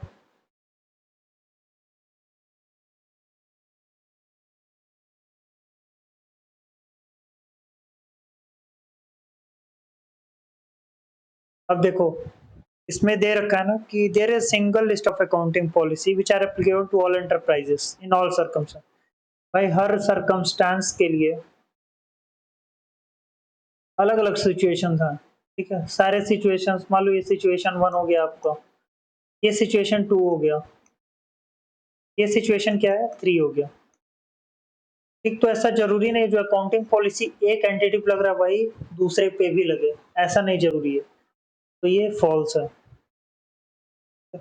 Selection of accounting policy doesn't impact financial performance and financial position।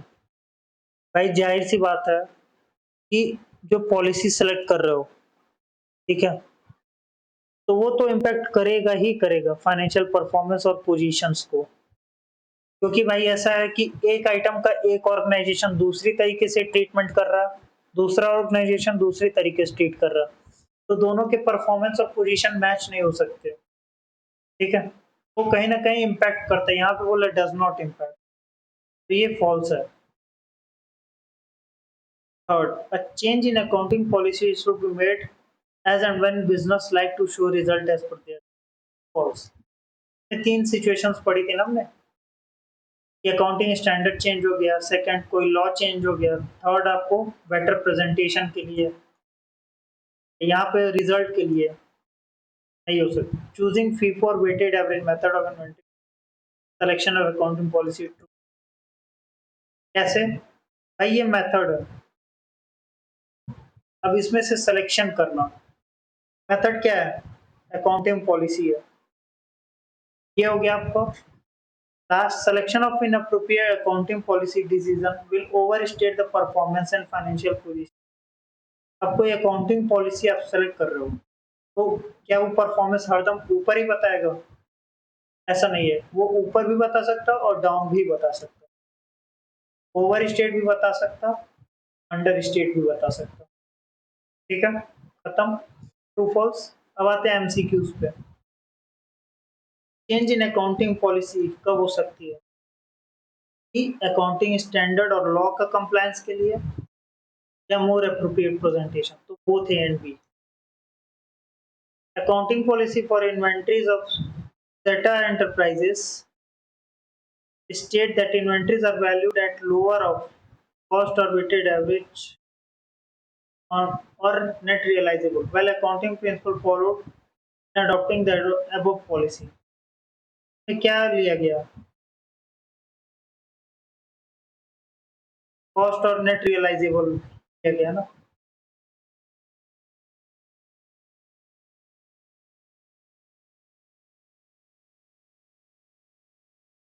ठीक है, अब इसमें कौन सी पॉलिसी ली गई है? जो अकाउंटिंग प्रिंसिपल है ना, इसमें से मटेरियलिटी फॉलो की गई, सब्सटेंस और फॉर्म, यहाँ पे जजमेंट इन्वॉल्व हो रहा है। अब देखना कि मान लो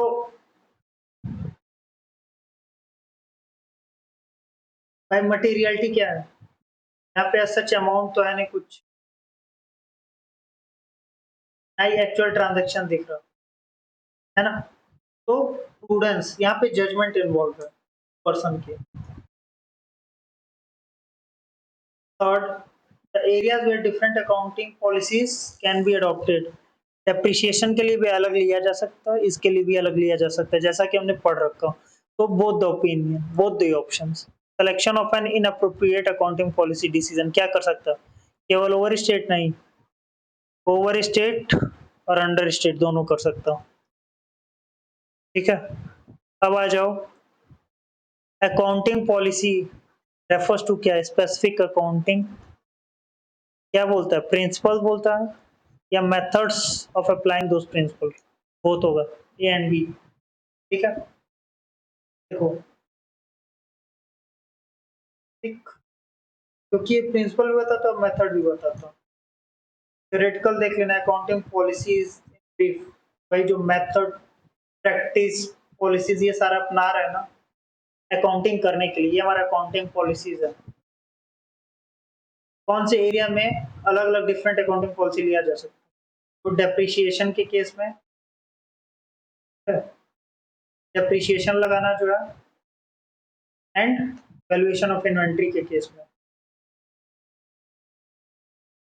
ठीक है। चेंज इन अकाउंटिंग पॉलिसी में material effect in the financial explain the statement with the help of example. Material effect हो सकता है एक आइटम के ऊपर या नहीं, फाइनेंशियल स्टेट, उसका आपको एक्सप्लेनेशन देना है। अब मान लो एक आइटम लेते हैं मशीनरी, इस मशीनरी पे पहले हम एसएलएम ले रहे थे, अब डब्ल्यूडीवी ले रहे हैं। ये सब क्या है? ये डेप्रिसिएशन लगाने की मेथड से आगे हम पढ़ेंगे कि स्ट्रेट लाइन मेथड, डब्ल्यूडीवी। तो जब आप एसएलएम लगाओगे ना, तो वहां से आपका दूसरा वैल्यू आएगा डेप्रिसिएशन का, और जब डब्ल्यूडीवी लगाओगे ना तो दूसरा वैल्यू आएगा डेप्रिसिएशन, ठीक है। तो आप एक्सप्लेन कर देना। ये हमारा यूनिट 6 खत्म हुआ। यूनिट 7 में आ जाओ। इसमें हम पढ़ेंगे मेजरमेंट डिसिप्लिन्स क्या है हमारे, वैल्यूएशन प्रिंसिपल्स, अकाउंटिंग एस्टिमेट्स क्या हो। सबसे पहले मेजरमेंट। मेजरमेंट से आप क्या समझते हैं? मेजरमेंट मतलब नापना, अगर हिंदी बात करूं, नापना। अब अकाउंटिंग में इसका मतलब क्या है कि अकाउंटिंग में हम लोग बोल सकते हैं ना कि जो ट्रांजैक्शंस और इवेंट्स हैं अपने ना, तो कैसे मेजर किया जाए। भाई आप देखते हो कि कुछ भी आप सामान ला रहे हो, जैसे मान लो पोटैटो लाने गए, ठीक है, किस में मेजर किया जाता है? केजीज में। मान लो और कुछ गया, मिल्क लाने गए, लीटर्स में लिया गया। मान लो आप क्लोथ्स लेने गए, नंबर्स में काउंट हो गया। तो ट्रांजैक्शन इवेंट्स को मेजर करने के लिए कौन सी यूनिट है? ये सारी यूनिट्स है ना। तो ऐसे ही ट्रांजैक्शन और इवेंट्स को मेजर करने के लिए हमारा जो यूनिट्स है वो है मनी। इस कंट्री में जो जैसा वो ऑपरेट कर रहा, अगर वो इंडिया में ऑपरेट कर रहा ना, तो रुपीज में मेजर की जाएगी। फॉरेन की कंट्रीज में है तो डॉलर। डिफरेंट कंट्रीज में जो डिफरेंट डिफरेंट करेंसीज चल रही है, उस करेंसी में जो मेजरमेंट होती है ट्रांजैक्शन और इवेंट्स की, वही मेजरमेंट है। वैल्यूएशन प्रिंसिपल्स क्या है? कोई भी जैसे एक आइटम है ना, तो क्या क्या वैल्यू होना चाहिए, ठीक है। भाई अगर मैं ये सामान ला रहा हूँ, ठीक, इसका क्या वैल्यू है, वो वैल्यूएशन प्रिंसिपल्स है। अकाउंटिंग एस्टिमेट्स क्या है? ये कुछ नहीं, जनरली प्रूडेंस से आया ही है, क्योंकि अकाउंटिंग स्टेटमेंट क्या है? एस्टिमेट्स, जजमेंट है ये, काइंड ऑफ जजमेंट। ये कौन लेता? ये जजमेंट मैनेजमेंट लेता। अगर मैं एग्जांपल लूं, मान लो जैसे एग्जांपल ले रहा हूं, मैनेजमेंट कोई मशीनरी खरीदा या कोई भी कार वगैरह कुछ भी लिया ऐसा, तो मैनेजमेंट जज करती है कि एक एसेट 5 साल चलेगी और 10 साल चलेगी, वो एक जजमेंट होता। और ये मैनेजमेंट जज करती कि ये जो कार है इसकी 5 साल बाद क्या वैल्यू होगी, एक एस्टिमेट लगाता, उसी को अकाउंटिंग एस्टिमेट कहते हैं। 10 साल बाद क्या वैल्यू होगी, तो जो वैल्यू लगा तो मैनेजमेंट लेता, ये मैनेजमेंट जजमेंट बनाता अपना प्रूडेंस के बेस पे, इसी को अकाउंटिंग एस्टिमेट, दैट्स इट। अब देखो इसमें हम क्या पढ़ेंगे। ऑब्जेक्टिव एंड इवेंट्स आप देख लेना, सिलेक्शन ऑफ स्टैंडर्ड स्केल है, सच कोई इंपॉर्टेंट है नहीं है। वैल्यूएशन प्रिंसिपल्स ये इंपॉर्टेंट है, यहाँ हम टाइम डिवोट करेंगे आपको समझाने में कि जो प्रिंसिपल्स हैं वैल्यूएशन के, वो 4 टाइप के हैं, ठीक है। सबसे पहला HC historical cost, CC current cost, RV realizable value, PV present value। ये सब आप देख लेना, मीनिंग ऑफ मेजरमेंट, ऑब्जेक्ट्स और इवेंट्स। अगर आप छोड़ना चाहो बड़े प्यार से छोड़ सकते हो, ज़्यादा इतना सच इम्पोर्टेंट है नहीं। ये इम्पोर्टेंट है आपको कि historical cost, current cost, realisable, present. Historical cost क्या होता है, मैंने पहले ही बता रखा था। कोई भी एसेट्स ले रहे हो ना आप, जो एसेट्स आपने 10 लाख का लिया, मान लो आज के डेट में आप ले रहे हो, जो भी एक डेट ले लो, मान लो 1 अप्रैल को लिया आपने 10 लाख का। अब ये 5 साल बाद भी, आफ्टर 5 ईयर्स, ठीक है, 2027 में इसकी वैल्यूएशन किस पे होगी, 10 लाख की ही होगी, ग्रॉस वैल्यू। ठीक है, ये होता है हिस्टोरिकल कॉस्ट, जितने में खरीदा आपने। करंट कॉस्ट क्या है, जब यही एसेट्स उस टाइम तो ये मिली थी 10 लाख की, 2027 में कितने की मिली है ये एसेट्स। मान लो मैं बोलता महंगाई बढ़ते बढ़ते इस एसेट्स की वैल्यू होगी 15 लाख, तो आज के डेट पे जो वैल्यू होता है, ये होता है करंट कॉस्ट। रियलाइजेबल वैल्यू क्या है, अब इस एसेट्स को बेच के जो वैल्यू आएगा हमारे पास, मान लो इस एसेट्स को हमने बेच दिया, इसकी रियलाइजेबल वैल्यू 5 लाख है, तो जो 5 लाख पे वैल्यू होगी ना, वो रियलाइजेबल वैल्यू है आपकी। ठीक है, अब प्रेजेंट वैल्यू क्या है, ये जो 10 लाख है ना, मान लो ये आने वाले 5 साल के अंदर, 5 ईयर्स में हमें 20 लाख का इनकम जनरेट करके देगा आने वाले 5 सालों में। तो इसको डिस्काउंट करके आज के डेट पे लाएंगे, 20 लाख को डिस्काउंट करेंगे। डिस्काउंट इन द सेंस कि आप पढ़ेंगे टाइम वैल्यू ऑफ मनी एक, या नहीं पढ़े तो मैं एक छोटा सा बता देता हूँ क्या होता है ये। जनरली आज हम लोग देख रहे जो इन्फ्लेशन बढ़ रहा है हमारा, कि आज, पहले आप देखते थे ना कि 50 रुपीज पर लीटर के हिसाब से हमें पेट्रोल मिल जाता था, है ना, लेकिन आज के डेट में वो क्या है, 100 रुपीज पर लीटर।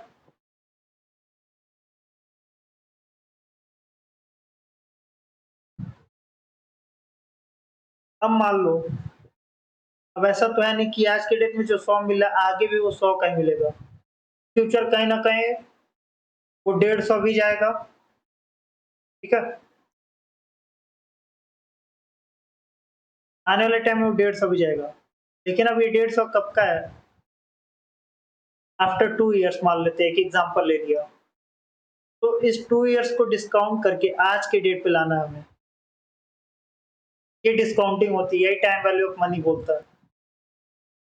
आज का 1 रुपया कल के 1 रुपए के बराबर नहीं होगा, ये दोनों इक्वल नहीं होंगे। ईयर 1 में जो 1 रुपया है वो ईयर 2 के 1 रुपए बराबर नहीं होगा। ठीक है, तो इस ईयर 2 वाला जो है ना, अगर आप ईयर 1 पे लाओगे, अगर 10% से डिस्काउंट करते हो, तो ये पॉइंट 90 पैसे हो जाएंगे, या 91 पैसे बोलते हैं। तो जब वैल्यू को डिस्काउंट करके आज की डेट में लाते हैं ना, तो हमारा हो जाता है प्रेजेंट वैल्यू, यही है और कुछ नहीं।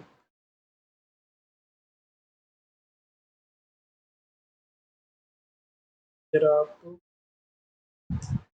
देखो, ये मैंने बता दिया रियलाइजेबल प्रेजेंट वैल्यू क्या होता है, वही सारा कुछ है और कुछ नहीं है, बस ये डिस्काउंटिंग करके ही ला रहा है सारा कुछ। अमाउंट है, ठीक, ये प्रिंसिपल 1 + i⁻, है, ये तो फ्यूचर का बता दिया, लेकिन आपको प्रेजेंट का लाना है।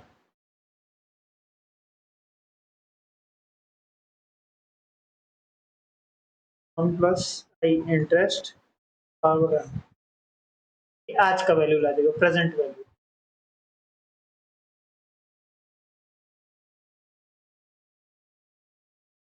वो सारा डिस्काउंट कर रहा हूँ, है ना। एग्जांपल देख लेना, बहुत सिंपल है, कुछ नहीं है। Measurement and valuation, accounting estimate बता दिया, जजमेंट के बेस पे है। ठीक है,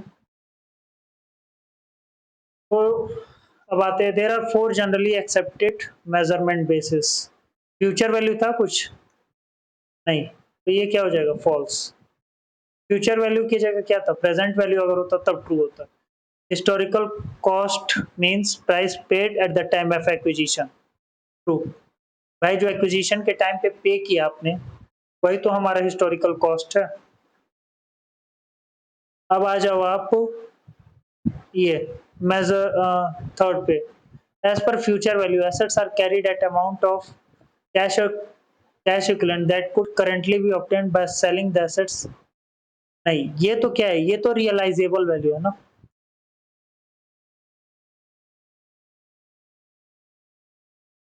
ठीक, ये रियलाइजेबल वैल्यू, तो ये फॉल्स है।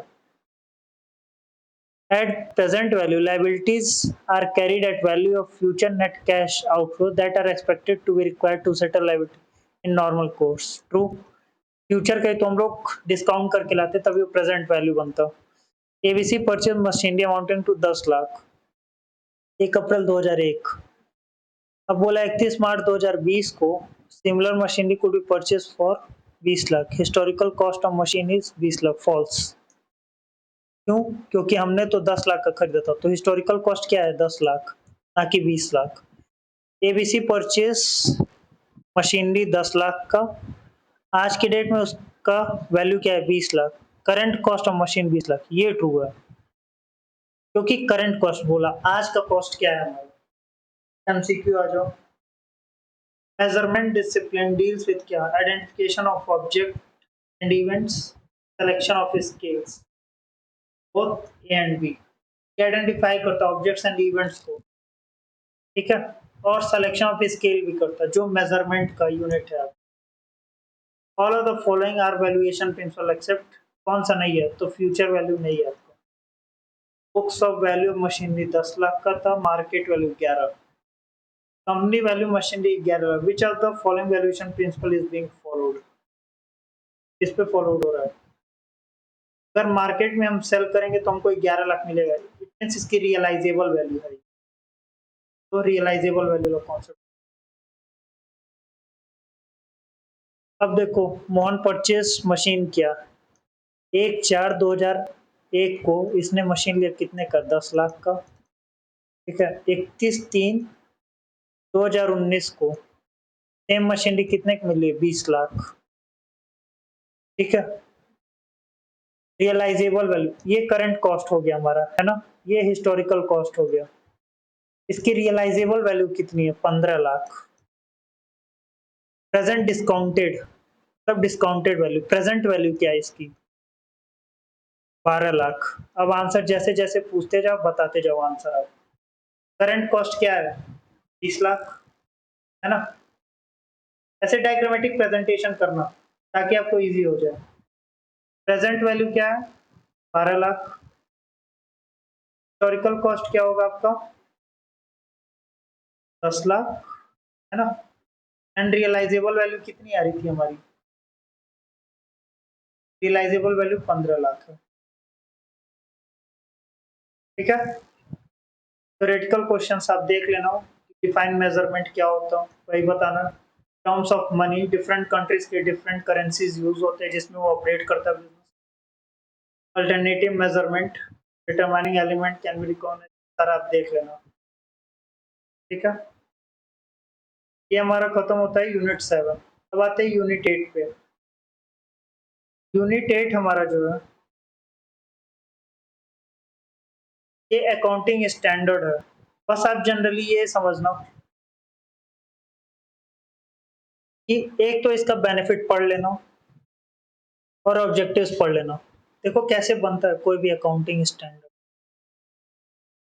इवेंट्स को क्या करते, किस किस इश्यूज से ये डील करता। तो पहला इशू ये कि recognition of events and transaction कैसे करेंगे, उसको मेजर कैसे करेंगे। रिकॉग्निशन का, मेजरमेंट का, प्रेजेंटेशन, डिस्क्लोजर। ठीक है, RMPD, इस इशू को ये देखता है, अकाउंटिंग स्टैंडर्ड डील करता। अब आरएमपीडी क्या है? रिकॉग्निशन ऑफ, तब के आगे आपको क्या लगाना? ट्रांजैक्शन और events. Recognition of transaction and events, measurement of transaction and events, presentation of transaction and events, disclosure of transaction and events. बस बनता कैसे अकाउंटिंग स्टैंडर्ड्स? सबसे पहले आइडेंटिफाई किया जाता है एरिया, किस एरिया में अकाउंटिंग स्टैंडर्ड्स की रिक्वायरमेंट है। फिर स्टडी ग्रुप बनाई जाती है इसकी, कि जो स्टडी करेंगे हर एक एस्पेक्ट्स को, ठीक है, उसमें डिस्कशंस होगी पूरी। प्रिपरेशन ऑफ ड्राफ्ट, जो भी इनका डिस्कशन हुआ ना, फाइनल कंक्लूजन पे पहुंचे, एक ड्राफ्ट तैयार किया जाता है, ठीक। फिर वो ड्राफ्ट दिखाया जाता पब्लिकली, पब्लिक लाया जाता कि अलग अलग पॉइंट ऑफ व्यूज दें कि जो इस पे ड्राफ्ट किया गया वो सही बताया गया या गलत बताया गया। अपने अपने ओपिनियन डिफरेंट ऑर्गेनाइजेशन देते हैं। फिर फाइनलाइज होता, फिर कमेंट उस पर देखते, ठीक है। लास्ट में मॉडिफाई किया जाता, किस बेसिस पे? On the basis of comment. अगर जेन्युइन कमेंट है मॉडिफाई होगा, नहीं तो वही चलने दो। फिर issue of accounting standard, last में नोटिफाई कर दिया जाता।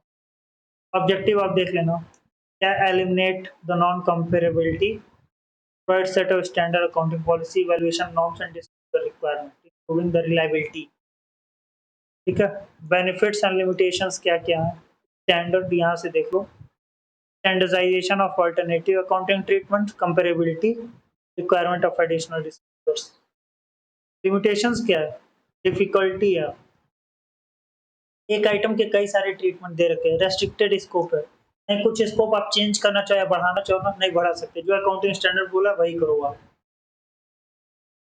द प्रोसेस ऑफ फॉर्मुलेशन, बस इसमें ये ध्यान रखना, accounting standard board of ICI ये इशू करता हूँ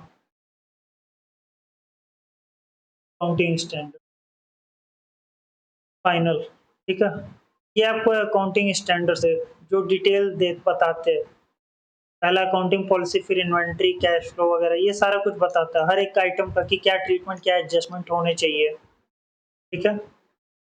वो पढ़ते हैं। अब आ जाओ क्वेश्चन पे। Accounting standards are written policy document issued by expert accounting body or by the government or regulatory body covering the aspect of recognition, measurement, presentation and disclosures। True है भाई।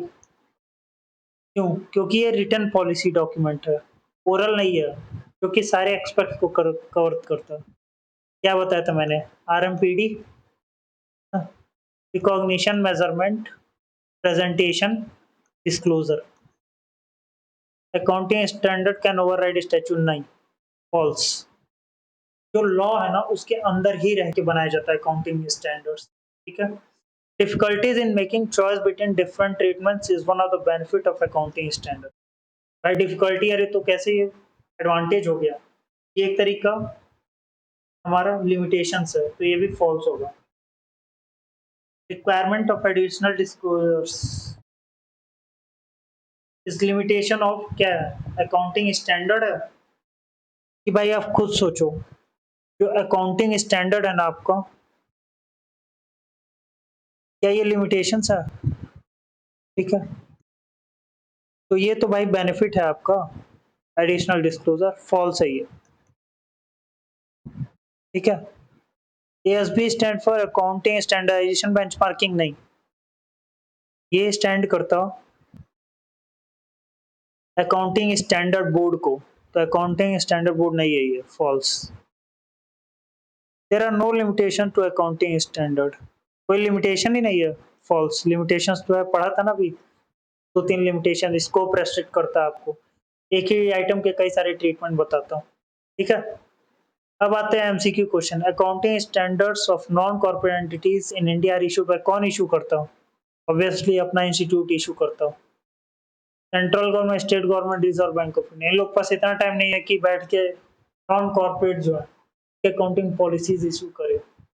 अब ये मैं ये भी नहीं कहना चाह रहा कि इंस्टीट्यूट पर बहुत ज्यादा टाइम है, बट नॉन कॉर्पोरेट, क्योंकि ये जो अथॉरिटी है ना एक प्रॉपर तरीके से जो मैनेज कर सकती है वो आईसीआई ही है, ठीक है। इसका एक्सपर्टीज है इसमें। अकाउंटिंग स्टैंडर्ड्स क्या है, क्या करता है? हार्मोनाइज अकाउंटिंग पॉलिसी, सही है। एलिमिनेट नॉन कंपेरेबिलिटी, ठीक है। Improve reliability, all of the three. It is essential to standardize the accounting principle and policies in order to ensure क्या ट्रांसपेरेंसी भी करता है, कंपेरेबिलिटी भी करेगा, कंसिस्टेंसी भी करेगा, all of the three. Accounting standards बता देना, ऑब्जेक्टिव्स क्या है इसके, एडवांटेज क्या है, ठीक। तो हमारा यूनिट 8 अकाउंटिंग स्टैंडर्ड भी खत्म होता है। लास्ट आता है हमारा इंडियस। इसमें बस ये जान लो, जो अकाउंटिंग स्टैंडर्ड बोर्ड है ना, वो कन्वर्ज्ड आईएफआरएस लेती है, बस ये जानो। अब इंडियस उतना डिटेल में मत पढ़ो, ठीक है, इसको बस क्वेश्चन से ही कवर करना, मेरा सजेशन यही है, क्योंकि अभी कुछ नहीं समझ आएगा, हवा के ऊपर से ही जाएगा। सर है ना, गया इसके ऊपर से, तो अभी फिलहाल बस क्वेश्चन आंसर से कर लो। तो लास्ट यूनिट जो हम डिस्कस कर रहे हैं, इसमें बस थोड़े से क्वेश्चन वो डिस्कस करके फिर पैकअप करते थ्योरेटिकल पार्ट को। Government of India in consultation with ICAI decided to adopt IFRS issued by ISB, true है?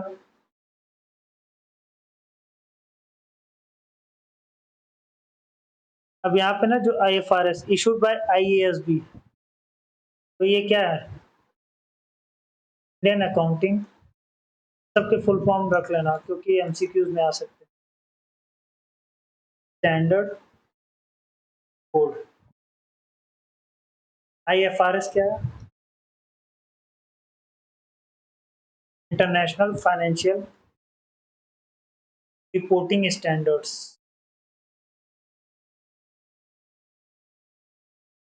There are many benefits of convergence of IFRS to the economy, investor industry too.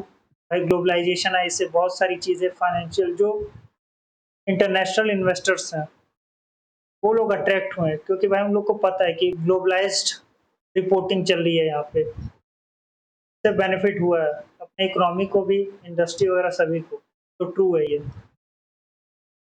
There was no need to converge to global accounting standard, false। Need क्यों नहीं थी भाई? अब foreign investors आ रहे हैं, बाहर से पैसे आ रहे हैं, बाहर की कंपनीज आ रही है उठ के, तो ऐसा जरूरी नहीं था कि हम अभी तक जो इंडिया लेवल पे कर रहे थे वो फॉरेन तक भी हमारा एक स्टैंडर्डाइज लेवल पे हो, ताकि ग्लोबल कंपैरिजन हो सके। अब ये international financial reporting standards are considered as rule based setting standard, ठीक है। रूल बेस्ड ये नहीं है, देखो अब इसमें क्या है कि एक हमारा रूल बना दिया जाता, कि थंब रूल बना दिया गया, यही फॉलो करो आंख बंद करके। एक होता है principle based,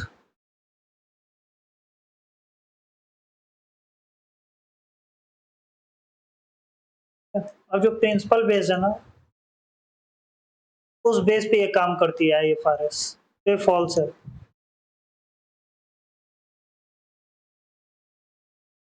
government of India second ISBS support to develop Indian standards, ठीक है, ट्रू है ये, इसके बिना गवर्नमेंट बना ही नहीं सकती।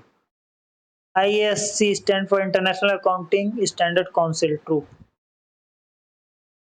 ठीक है। तो देख लो, सॉरी ये देख लेना आप, इंटरनेशनल अकाउंटिंग स्टैंडर्ड्स कमिटी है ये, है ना।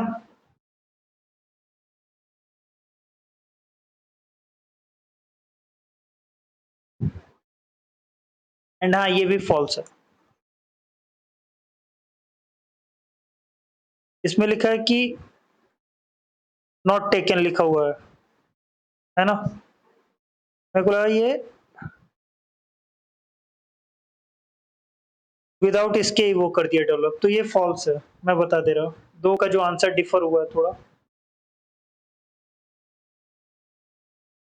एक minute. Government of India has taken ISBS support to develop India's standard, false। तो भाई IASB वाले ने ही बनाया, तो गवर्नमेंट ने थोड़ी ना बनाया, डेवलप थोड़ी ना किया, ठीक है। और ये क्या है, स्टैंडर्ड यहाँ पे काउंसिल नहीं, शायद कमिटी है, एक बार देख लेना वो। Let me check. हाँ, तो यहाँ पे एक वर्ड चेंज होने से ना वो चीज ध्यान रखना थोड़ा। अब आ जाओ एमसीक्यू। ग्लोबल क्या फैसिलिटेट करता है? क्रॉस बॉर्डर फ्लो मनी, ठीक है। ग्लोबल लिस्टिंग सही है, कंपेरेबिलिटी सही है। All this three. मैंने पहले क्या होता था, कन्वर्ज किया है ना, एडेप्ट आई किया ना, अप्लाई किया ना, नोटिफाई किया, कन्वर्ज किया FRS. Government of India in consultation with ICI decided to converge with IFRS. ठीक है। कन्वर्जेंस क्या है कि कन्वर्जेंस आपका सिंप्लीफाई करता प्रोसेस या रिड्यूस करता कॉस्ट या फिर facilitate global understanding and confidence of highly qualified. तो कन्वर्जेंस मतलब ये होता है, गवर्नमेंट ग्लोबल इन्वेस्टर्स को ये अट्रैक्ट करता है, कॉन्फिडेंस बिल्डअप करता है, हाई क्वालिटी वो बनाता है। बाकी आप ये पढ़ लेना एक बार थ्योरेटिकल, और आप यहीं से कवर करना। ये जो नीचे इसका सजेस्टेड आंसर दे रखा ना, आप यहीं से ही कवर करना, ज़्यादा डिटेल में पढ़ने की ज़रूरत नहीं है। तो थैंक यू, यहाँ पे हमारा बेसिक पार्ट कंप्लीट हो रहा है, जो कि आप देख रहे हो चैप्टर 1 के जो सारे यूनिट 9 है पूरे वो कवर हो रहा है। नेक्स्ट जो हमारा स्टार्ट होगा, वो स्टार्ट हम करेंगे अपना प्रैक्टिकल पार्ट, जो कि अकाउंटिंग प्रोसेस है, जिसमें हम सारा कुछ देखेंगे कि कैसे जर्नल जर्नल में एंट्री होती, ठीक है, लेजर्स में फिर पोस्टिंग कैसे होती है, ठीक है, ट्रायल बैलेंस कैसे समराइज करते हैं, और फिर फाइनलाइजेशन समराइजिंग आपकी। ठीक, तो वहां पे हम वो देखेंगे। तो थैंक्स अ लॉट, और मिलते हैं नेक्स्ट लेक्चर्स में।